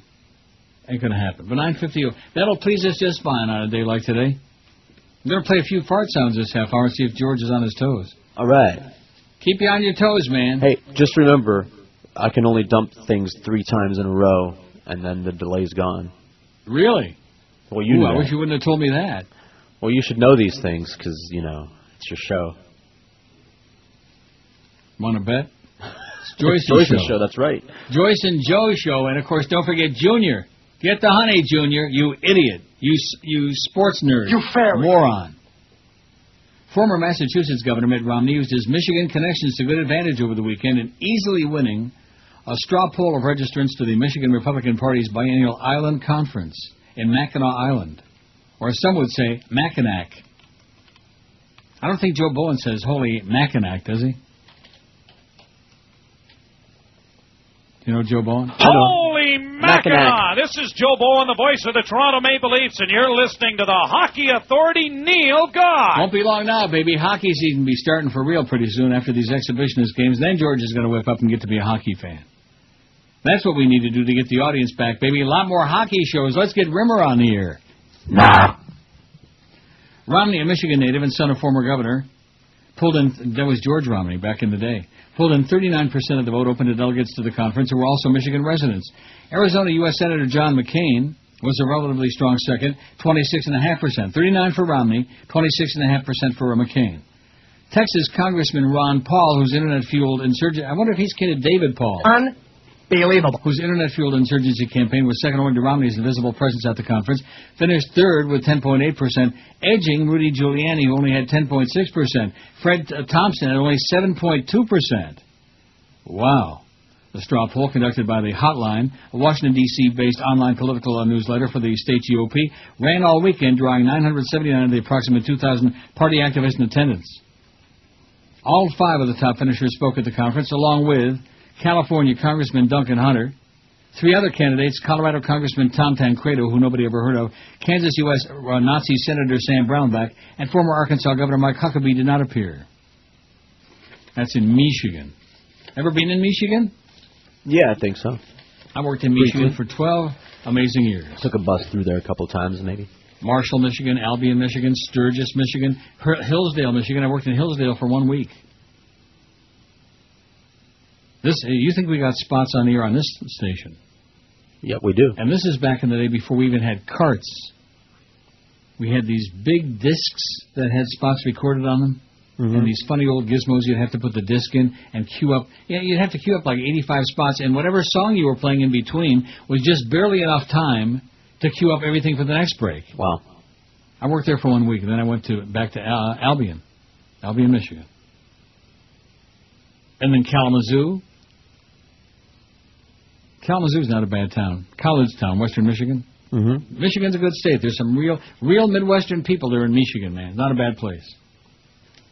I mean, it's no South Florida, but then again, what is? 942 on the survey. If you really did find a finger in your chili or a dead mouse in your Cheerios, what would you do? Call a lawyer and sue. 60%, 566. Lawsuit sounds really good, Norma. File it. Sue these bastards, okay? Put the pedal to the metal. Put their feet to the floor. Bunch of grave-robbing BSers. Playing radio. They're not radio people. They're playing radio.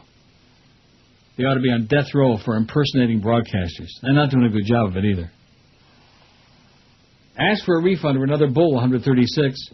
Scoop it out and resume eating, 60. Yeah, what's a mouse? Just grab it out of there and heave it. Probably die from the shock, 48. Milk it for all the publicity I could, 36. Finger schminger, so what? I've eaten worse, 34. Interpreted as an omen or a sign from God, 32. And the clam up, who's going to believe me? About 30. About 30, man. Last place, out of 942. We're going to make the 950, baby. We got it made. 944, see that? They're coming in tiny chunks. Do I have time for Maureen Dowd's column? She's got a lot of big words. There's always time for Maureen Dowd. She says, Uxorious or spurious? I don't even know what uxorious means. I never saw that word before in my life. Did you? U-X-O-R-I-O-U-S? Never heard of it, no. Marine Dot says the press piled into a hall near a pile of NRA swag bags to watch Rudy stride into the ballroom. Would the tough guy kowtow to the powerful lobby once he once lambasted as extremist? Would he pull a Romney and pretend to be an avid hunter of small varmints? Would he have an epiphany about the Second Amendment, the way he did about the first when he blew a gasket over that painting of Madonna daubed with elephant dung and reinterpret the Bill of Rights to suit his needs? The heat was on. Fred Thompson had already spoken to the group, recalling palling around with Charlton Heston, shooting skeet with some good old boys from the NRA, and hanging out at gun stores and gun shows. After guns, sports, Moses, and a reference to his young'uns, there was only one ingredient needed for Flintstone Fred's testosterone cocktail, a sexy blonde. Introducing his wife Jerry, he drawled, "I think she'd make a much better First Lady than Bill Clinton."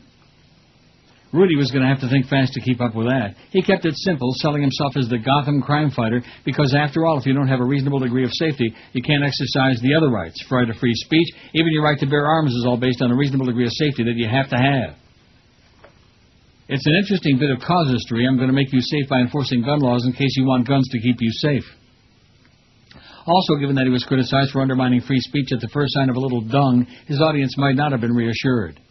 Asked about a lawsuit he initiated in New York against American handgun manufacturers, Rudy said that 9/11 cast somewhat a different light on the Second Amendment rights. He said that maybe it highlights the necessity for more of them. That's right. More guns, baby. More shooting.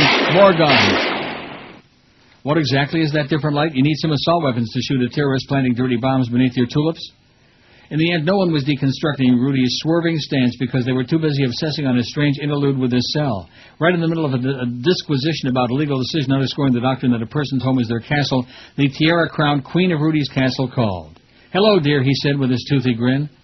To the amazement of the audience, he interrupted his speech to have a lovey-dovey chat with Judy, who was about to get on a plane back from London.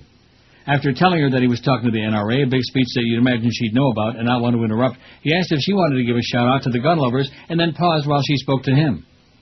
After saying "I love you" twice and signing off with another "dear," he joked to the audience that he would have been in trouble if he hadn't taken the call, noting that this is one of the great blessings of the modern age, being always available, or maybe it isn't, I'm not sure, he said. It almost made Bill and Hillary seem like a model of normalcy. Almost. The odd interval triggered a fusillade of analysis. Was it creepy, cute, staged, spontaneous, rude, awkward, or downright weird? Shouldn't Rudy have left the phone with an aide or silenced it? Was this a harbinger that President Rudy would interrupt other important stuff to talk to Judy in the White House? If Ahmadinejad goes crazy, okay, more crazy, would Rudy be focused like a laser, or would he take a call from Judy about whether she could redecorate Air Force One and Louis Vuitton? First, the Times' Mark Santura noted that it wasn't the first time Rudy interrupted an appearance to take a call from his princess bride, as Vanity Fair has dubbed her. He did the same thing in June in Hialeah with more mushy talk during a rally. This suggests either that Friday's call was staged to humanize the dictatorial former mayor, or that Rudy is afraid of Judy's digital wrath, or that the candidate is still struggling with how to integrate his third wife into his campaign after her puppy-killing, husband-hiding, cabinet-sitting rough start. The episode also provided ammunition to Mitt Romney's camp, which sensed the chance to highlight their candidate's scary perfect wife and scary perfect kids. They found video of the first zealous interrupters and sent reporters links to YouTube clips of both calls. On CNN, Carol Costello grilled the NRA's Wayne LaPierre about the conjugal intermission. At first he called it a lighthearted moment, but then conceded he found it odd. "I don't know that I have a cell phone in my pocket during a speech," he said. "Who knows? It might be a valuable lesson for Rudy that guns and marriage don't mix," says your friend Maureen the Queen. The oft-maligned Maureen the Queen. Mm-hmm. 952 votes. We made the 950, Chris. What are you thinking? I'm thinking we made 950. I'm thinking we got 952, and if we really push it, we might make it even like 960. The biggest names. The best talent. This is Neil Rogers. Then we can play Sports Radio 560 QAM. The sports leader. Even loves Neil Rogers. Join the NRA. Shoot your gun today. Have yourself some down-home Christian fun. Blow your friends away. We'll back you all the way. Defending your right to own a gun. When you think of all the benefits you're getting, life will be sweeter when you pack your heater and carry a license to be deadly. Come on and join today. It's the American way to be a member of the NRA.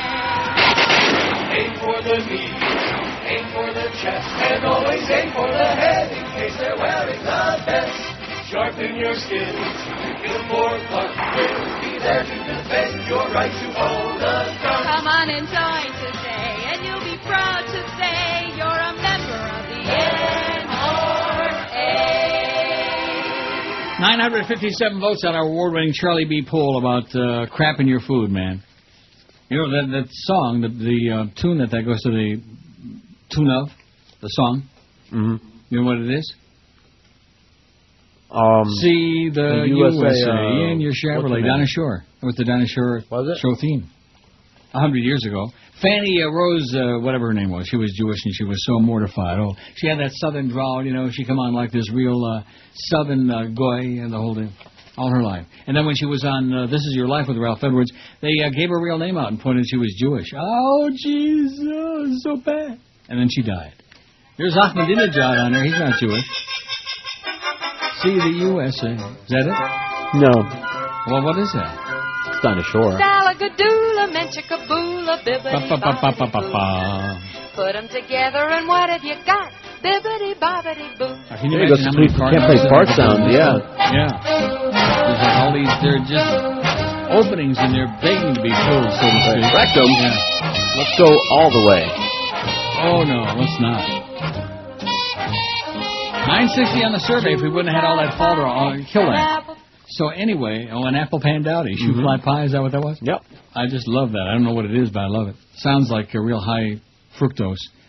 At any rate, so I'm looking on here. Well, what's the response you think I've gotten through all of this after all the self-aggrandizing Norma Kent read the email and read the letter and all that? Nothing. Zippity? Zippity-doo-dah, zippity-a, nothing. Zero. What do you make of that? Nothing. Am I being impatient? Well, you usually are, but whatever. You don't think there should be some kind of response? In this particular case, yeah, maybe there should be something, but I don't know. Maybe they're waiting for you to get off the air so that everybody can call you all at once. You know, Norm, guess Joe what? Bell, all these Guess people. what? Oh, Joe Bell? The chances of my answering the phone when Joe Bell is calling, he hung up on me before. See, I didn't realize it because, as you probably know, on cell phones, especially on BlackBerry, you can be in the middle of a call and then get disconnected. Sure. And it happens, not a lot, but once in a while. And I thought to myself, he just hung up on me, and he did. When I said, if you keep working on it, maybe you can get us down to a one share. And then I heard silence and silence. Oh, you're impossible to deal with, Neil. Nobody can talk to you. Yeah, you can talk to me if you speak the language I speak, radio language. It has something to do with broadcasting, with this show, with how to do it, what we need, what we're doing, what's going on, what life is all about. You don't speak the same language as me, Joe, and you never will. You're a country bumpkin, baby, with your Raleigh connection there. Bring all your boyfriends down from Raleigh, firing up Miguel and anybody you can just to stick all your cronies in there. And you know what? It still ain't going to work. But good luck to you, because you'll sure as hell need it. Bob Herbert in the Times today writes, or what's the date today? On Saturday wrote, and this is scary. In 2008, Bush versus Gore Redux? ? Right now, it's just a petition drive on its way to becoming a ballot initiative in California, but you should think of it as a tropical depression that could develop into a major storm that blows away the Democrat chances of winning the White House next year. And it could become a constitutional crisis. It's panic time in Republican circles. The GOP could go into next year's election burdened by the twin demons of an unpopular war and economic downturn. The party that took the White House in 2000 while losing the popular vote figures it may have to do it again. The Presidential Election Reform Act is the name of a devious proposal that Republican operatives have dreamed up to siphon off 20 or more of the 55 electoral votes that the Democrats will get as if expected they win California in 2008. That's a lot of electoral votes, equivalent to winning the state of Ohio. If this proposed change makes it onto the ballot and becomes law, those 20 or so electoral votes could well be enough to hand the White House to a Republican candidate who loses the popular vote nationwide. Even Governor Arnold Schwarzenegger, Republicans, suggest the initiative is a form of dirty pool. While not explicitly opposing it, Mr. Schwarzenegger said it makes of changing the rules in the middle of the game. Democrats are saying it is unconstitutional. Let me say it again. Unconstitutional.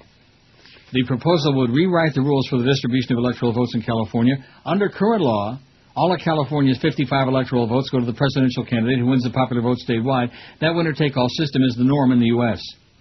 Under the proposed change, electoral votes would be apportioned according to the winner of the popular vote in each of California's congressional districts. That would likely throw 20 or more electoral votes to the Republican candidate, even if the Democrat carries the state. A sign of the bad faith in this proposal is the fact that there were no similar effort by the GOP to apportion electoral votes by congressional districts for, in example, Texas, a state with 34 electoral votes that's likely to go Republican next year. Longtime observers in California believe the proponents of this change, lawyers with close ties to the Republican Party statewide and nationally, will have no trouble collecting enough signatures to get it on the ballot in June. The first poll taken on the measure, which isn't yet widely understood by voters, showed that it would pass. Lawrence Tribe, a Harvard law professor, one of the nation's preeminent constitutional scholars, believes the initiative is blatantly unconstitutional. Entirely apart from the politics, he said, this clearly violates Article 2 of the Constitution, which very explicitly requires that the electors for president be selected in such a manner as the legislature of the state directs. In Mr. Tribe's view, the one and only way for California to change the manner in which its electoral votes are apportioned is through an act of the state legislature. Professor Tribe is not a disinterested party. He represented Al Gore in the disputed 2000 presidential election, and not all constitutional experts agree that this would be such an easy call. This is not an open and shut case, said Richard Pildes, a professor at NYU School of Law. What is undisputed is that the Democrats will mount a ferocious legal challenge if the ballot initiative passes, maybe even before it has a chance to pass, a Democratic source said yesterday, thus opening the door to an ugly constitutional fight reminiscent of Bush versus Gore in 2000. The potential for trouble in the event of a close election is huge, said Professor Tribe. This is really a prescription for a possible constitutional crisis in which we have one president if California electors act in accord with the methods set out by the state legislature, and another president if the electors are divided according to this ballot initiative. The operatives behind the initiative are experts at causing trouble. The effort is being led by Thomas Hiltach, a lawyer who was one of the lawyers of the successful effort to recall California Governor Gray Davis in 2003. Politics isn't just hardball to this crowd, it's almost literally a fight to the death. The proponents of the initiative understand completely that a constitutional crisis could damage the nation's democratic process and undermine the legitimacy of a presidential election. In their view, that's preferable to a Republican defeat. California voters would be doing themselves and the nation a favor by soundly defeating this poisonous initiative if it makes it onto the ballot in June, says Bob Herbert in the New York Times over the weekend. How do you like that? By hook or by crook? Well, they did the last two by crook, so why the hell not try to do it again? Right. If at first you can't succeed, steal again. So what's the story? Are we coming back tomorrow? Let me check the Hotmail. There might be something really hot off the press. You got any faxes, emails? I do not. No, nothing new. Let me take a look at my Hotmail and see. No, nothing there. I'm looking on the fax machine. I have nothing. Of course, it would be coming from you anyway. So what does that say? It says nothing. 968 on your poll, by the way. Like I said, if it wouldn't have been for all the falderall with the fart sounds, we'd have passed 1,000 easy today, even with the Charlie B's very mediocre and embarrassing and humiliating and degrading poll. So your thoughts are this. You think that at 2 o'clock or shortly thereafter my phone is going to start ringing? It's going to be this one and that one and Norma and... yeah, at least Norm. Yeah. Oh, you think Norma's going to call me at 2? To say what? Where do you want to go? Weren't you impressed by all that crap I wrote? See here, the stuff that I didn't bother reading on the air, the 85 million words about the history of farting on radio and TV and in commercials and stuff like that, he sent that last night. And you saw the tremendous impact that had on corporate, didn't you? So that at 11 after 11, I get a phone call from Jolly Joe Bell right in the middle of my show saying, "Oh, corporate doesn't want you to play the farts. How are you, Neil? How are you?" I should have said I was pretty good till the phone rang, schmuck. Putz, schmeckel, Heimnackel. But, nevertheless, there's an old saying that I like a lot. Where there's no sense, there's no feeling. You ever hear that? Sure, all the time. It's kind of like the expression, talking to a rock. Mm-hmm. And that's what you're doing when you're dealing with him. You're talking a foreign language. Oh, radio? What's talk radio? What's that? I don't know anything about that. Well, we know that. So I guess we come back tomorrow. Is that correct? So far. Well, I have to. Yeah. One way or another. Mosque 11, is that what you're saying? Well, yeah, 969 on there. I bet you Chris feels really bad we didn't push for those other 31 votes. Don't you, Fatso? Feel real bad. Yeah, the biggest name. Probably start farting about it. This is Neil Rogers. Sports Radio 560 QAM. The sports leader. Stay in Miami town at 560 WQAM. Absolutely.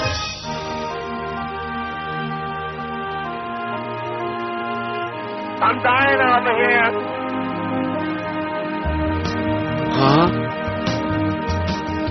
Anybody here seen Jack Abramoff in his orange jumpsuit and fedora. He screwed a lot of people, but thieves sometimes get caught. A garden variety neocon.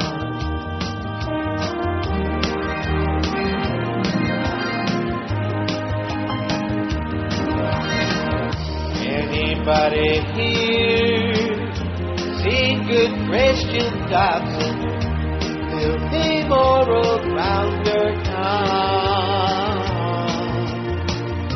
He's not convicted yet, but should before he's done taking a shower with his son. You fairy! Favors and lies is what the White House is paid for. Moralist Christians who know what's best for you and me. Abramoff that day, he was in some deep, in other words, duty.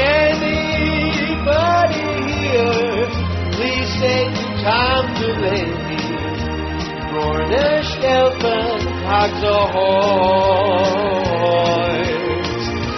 These kind of slides belong in Camp KY.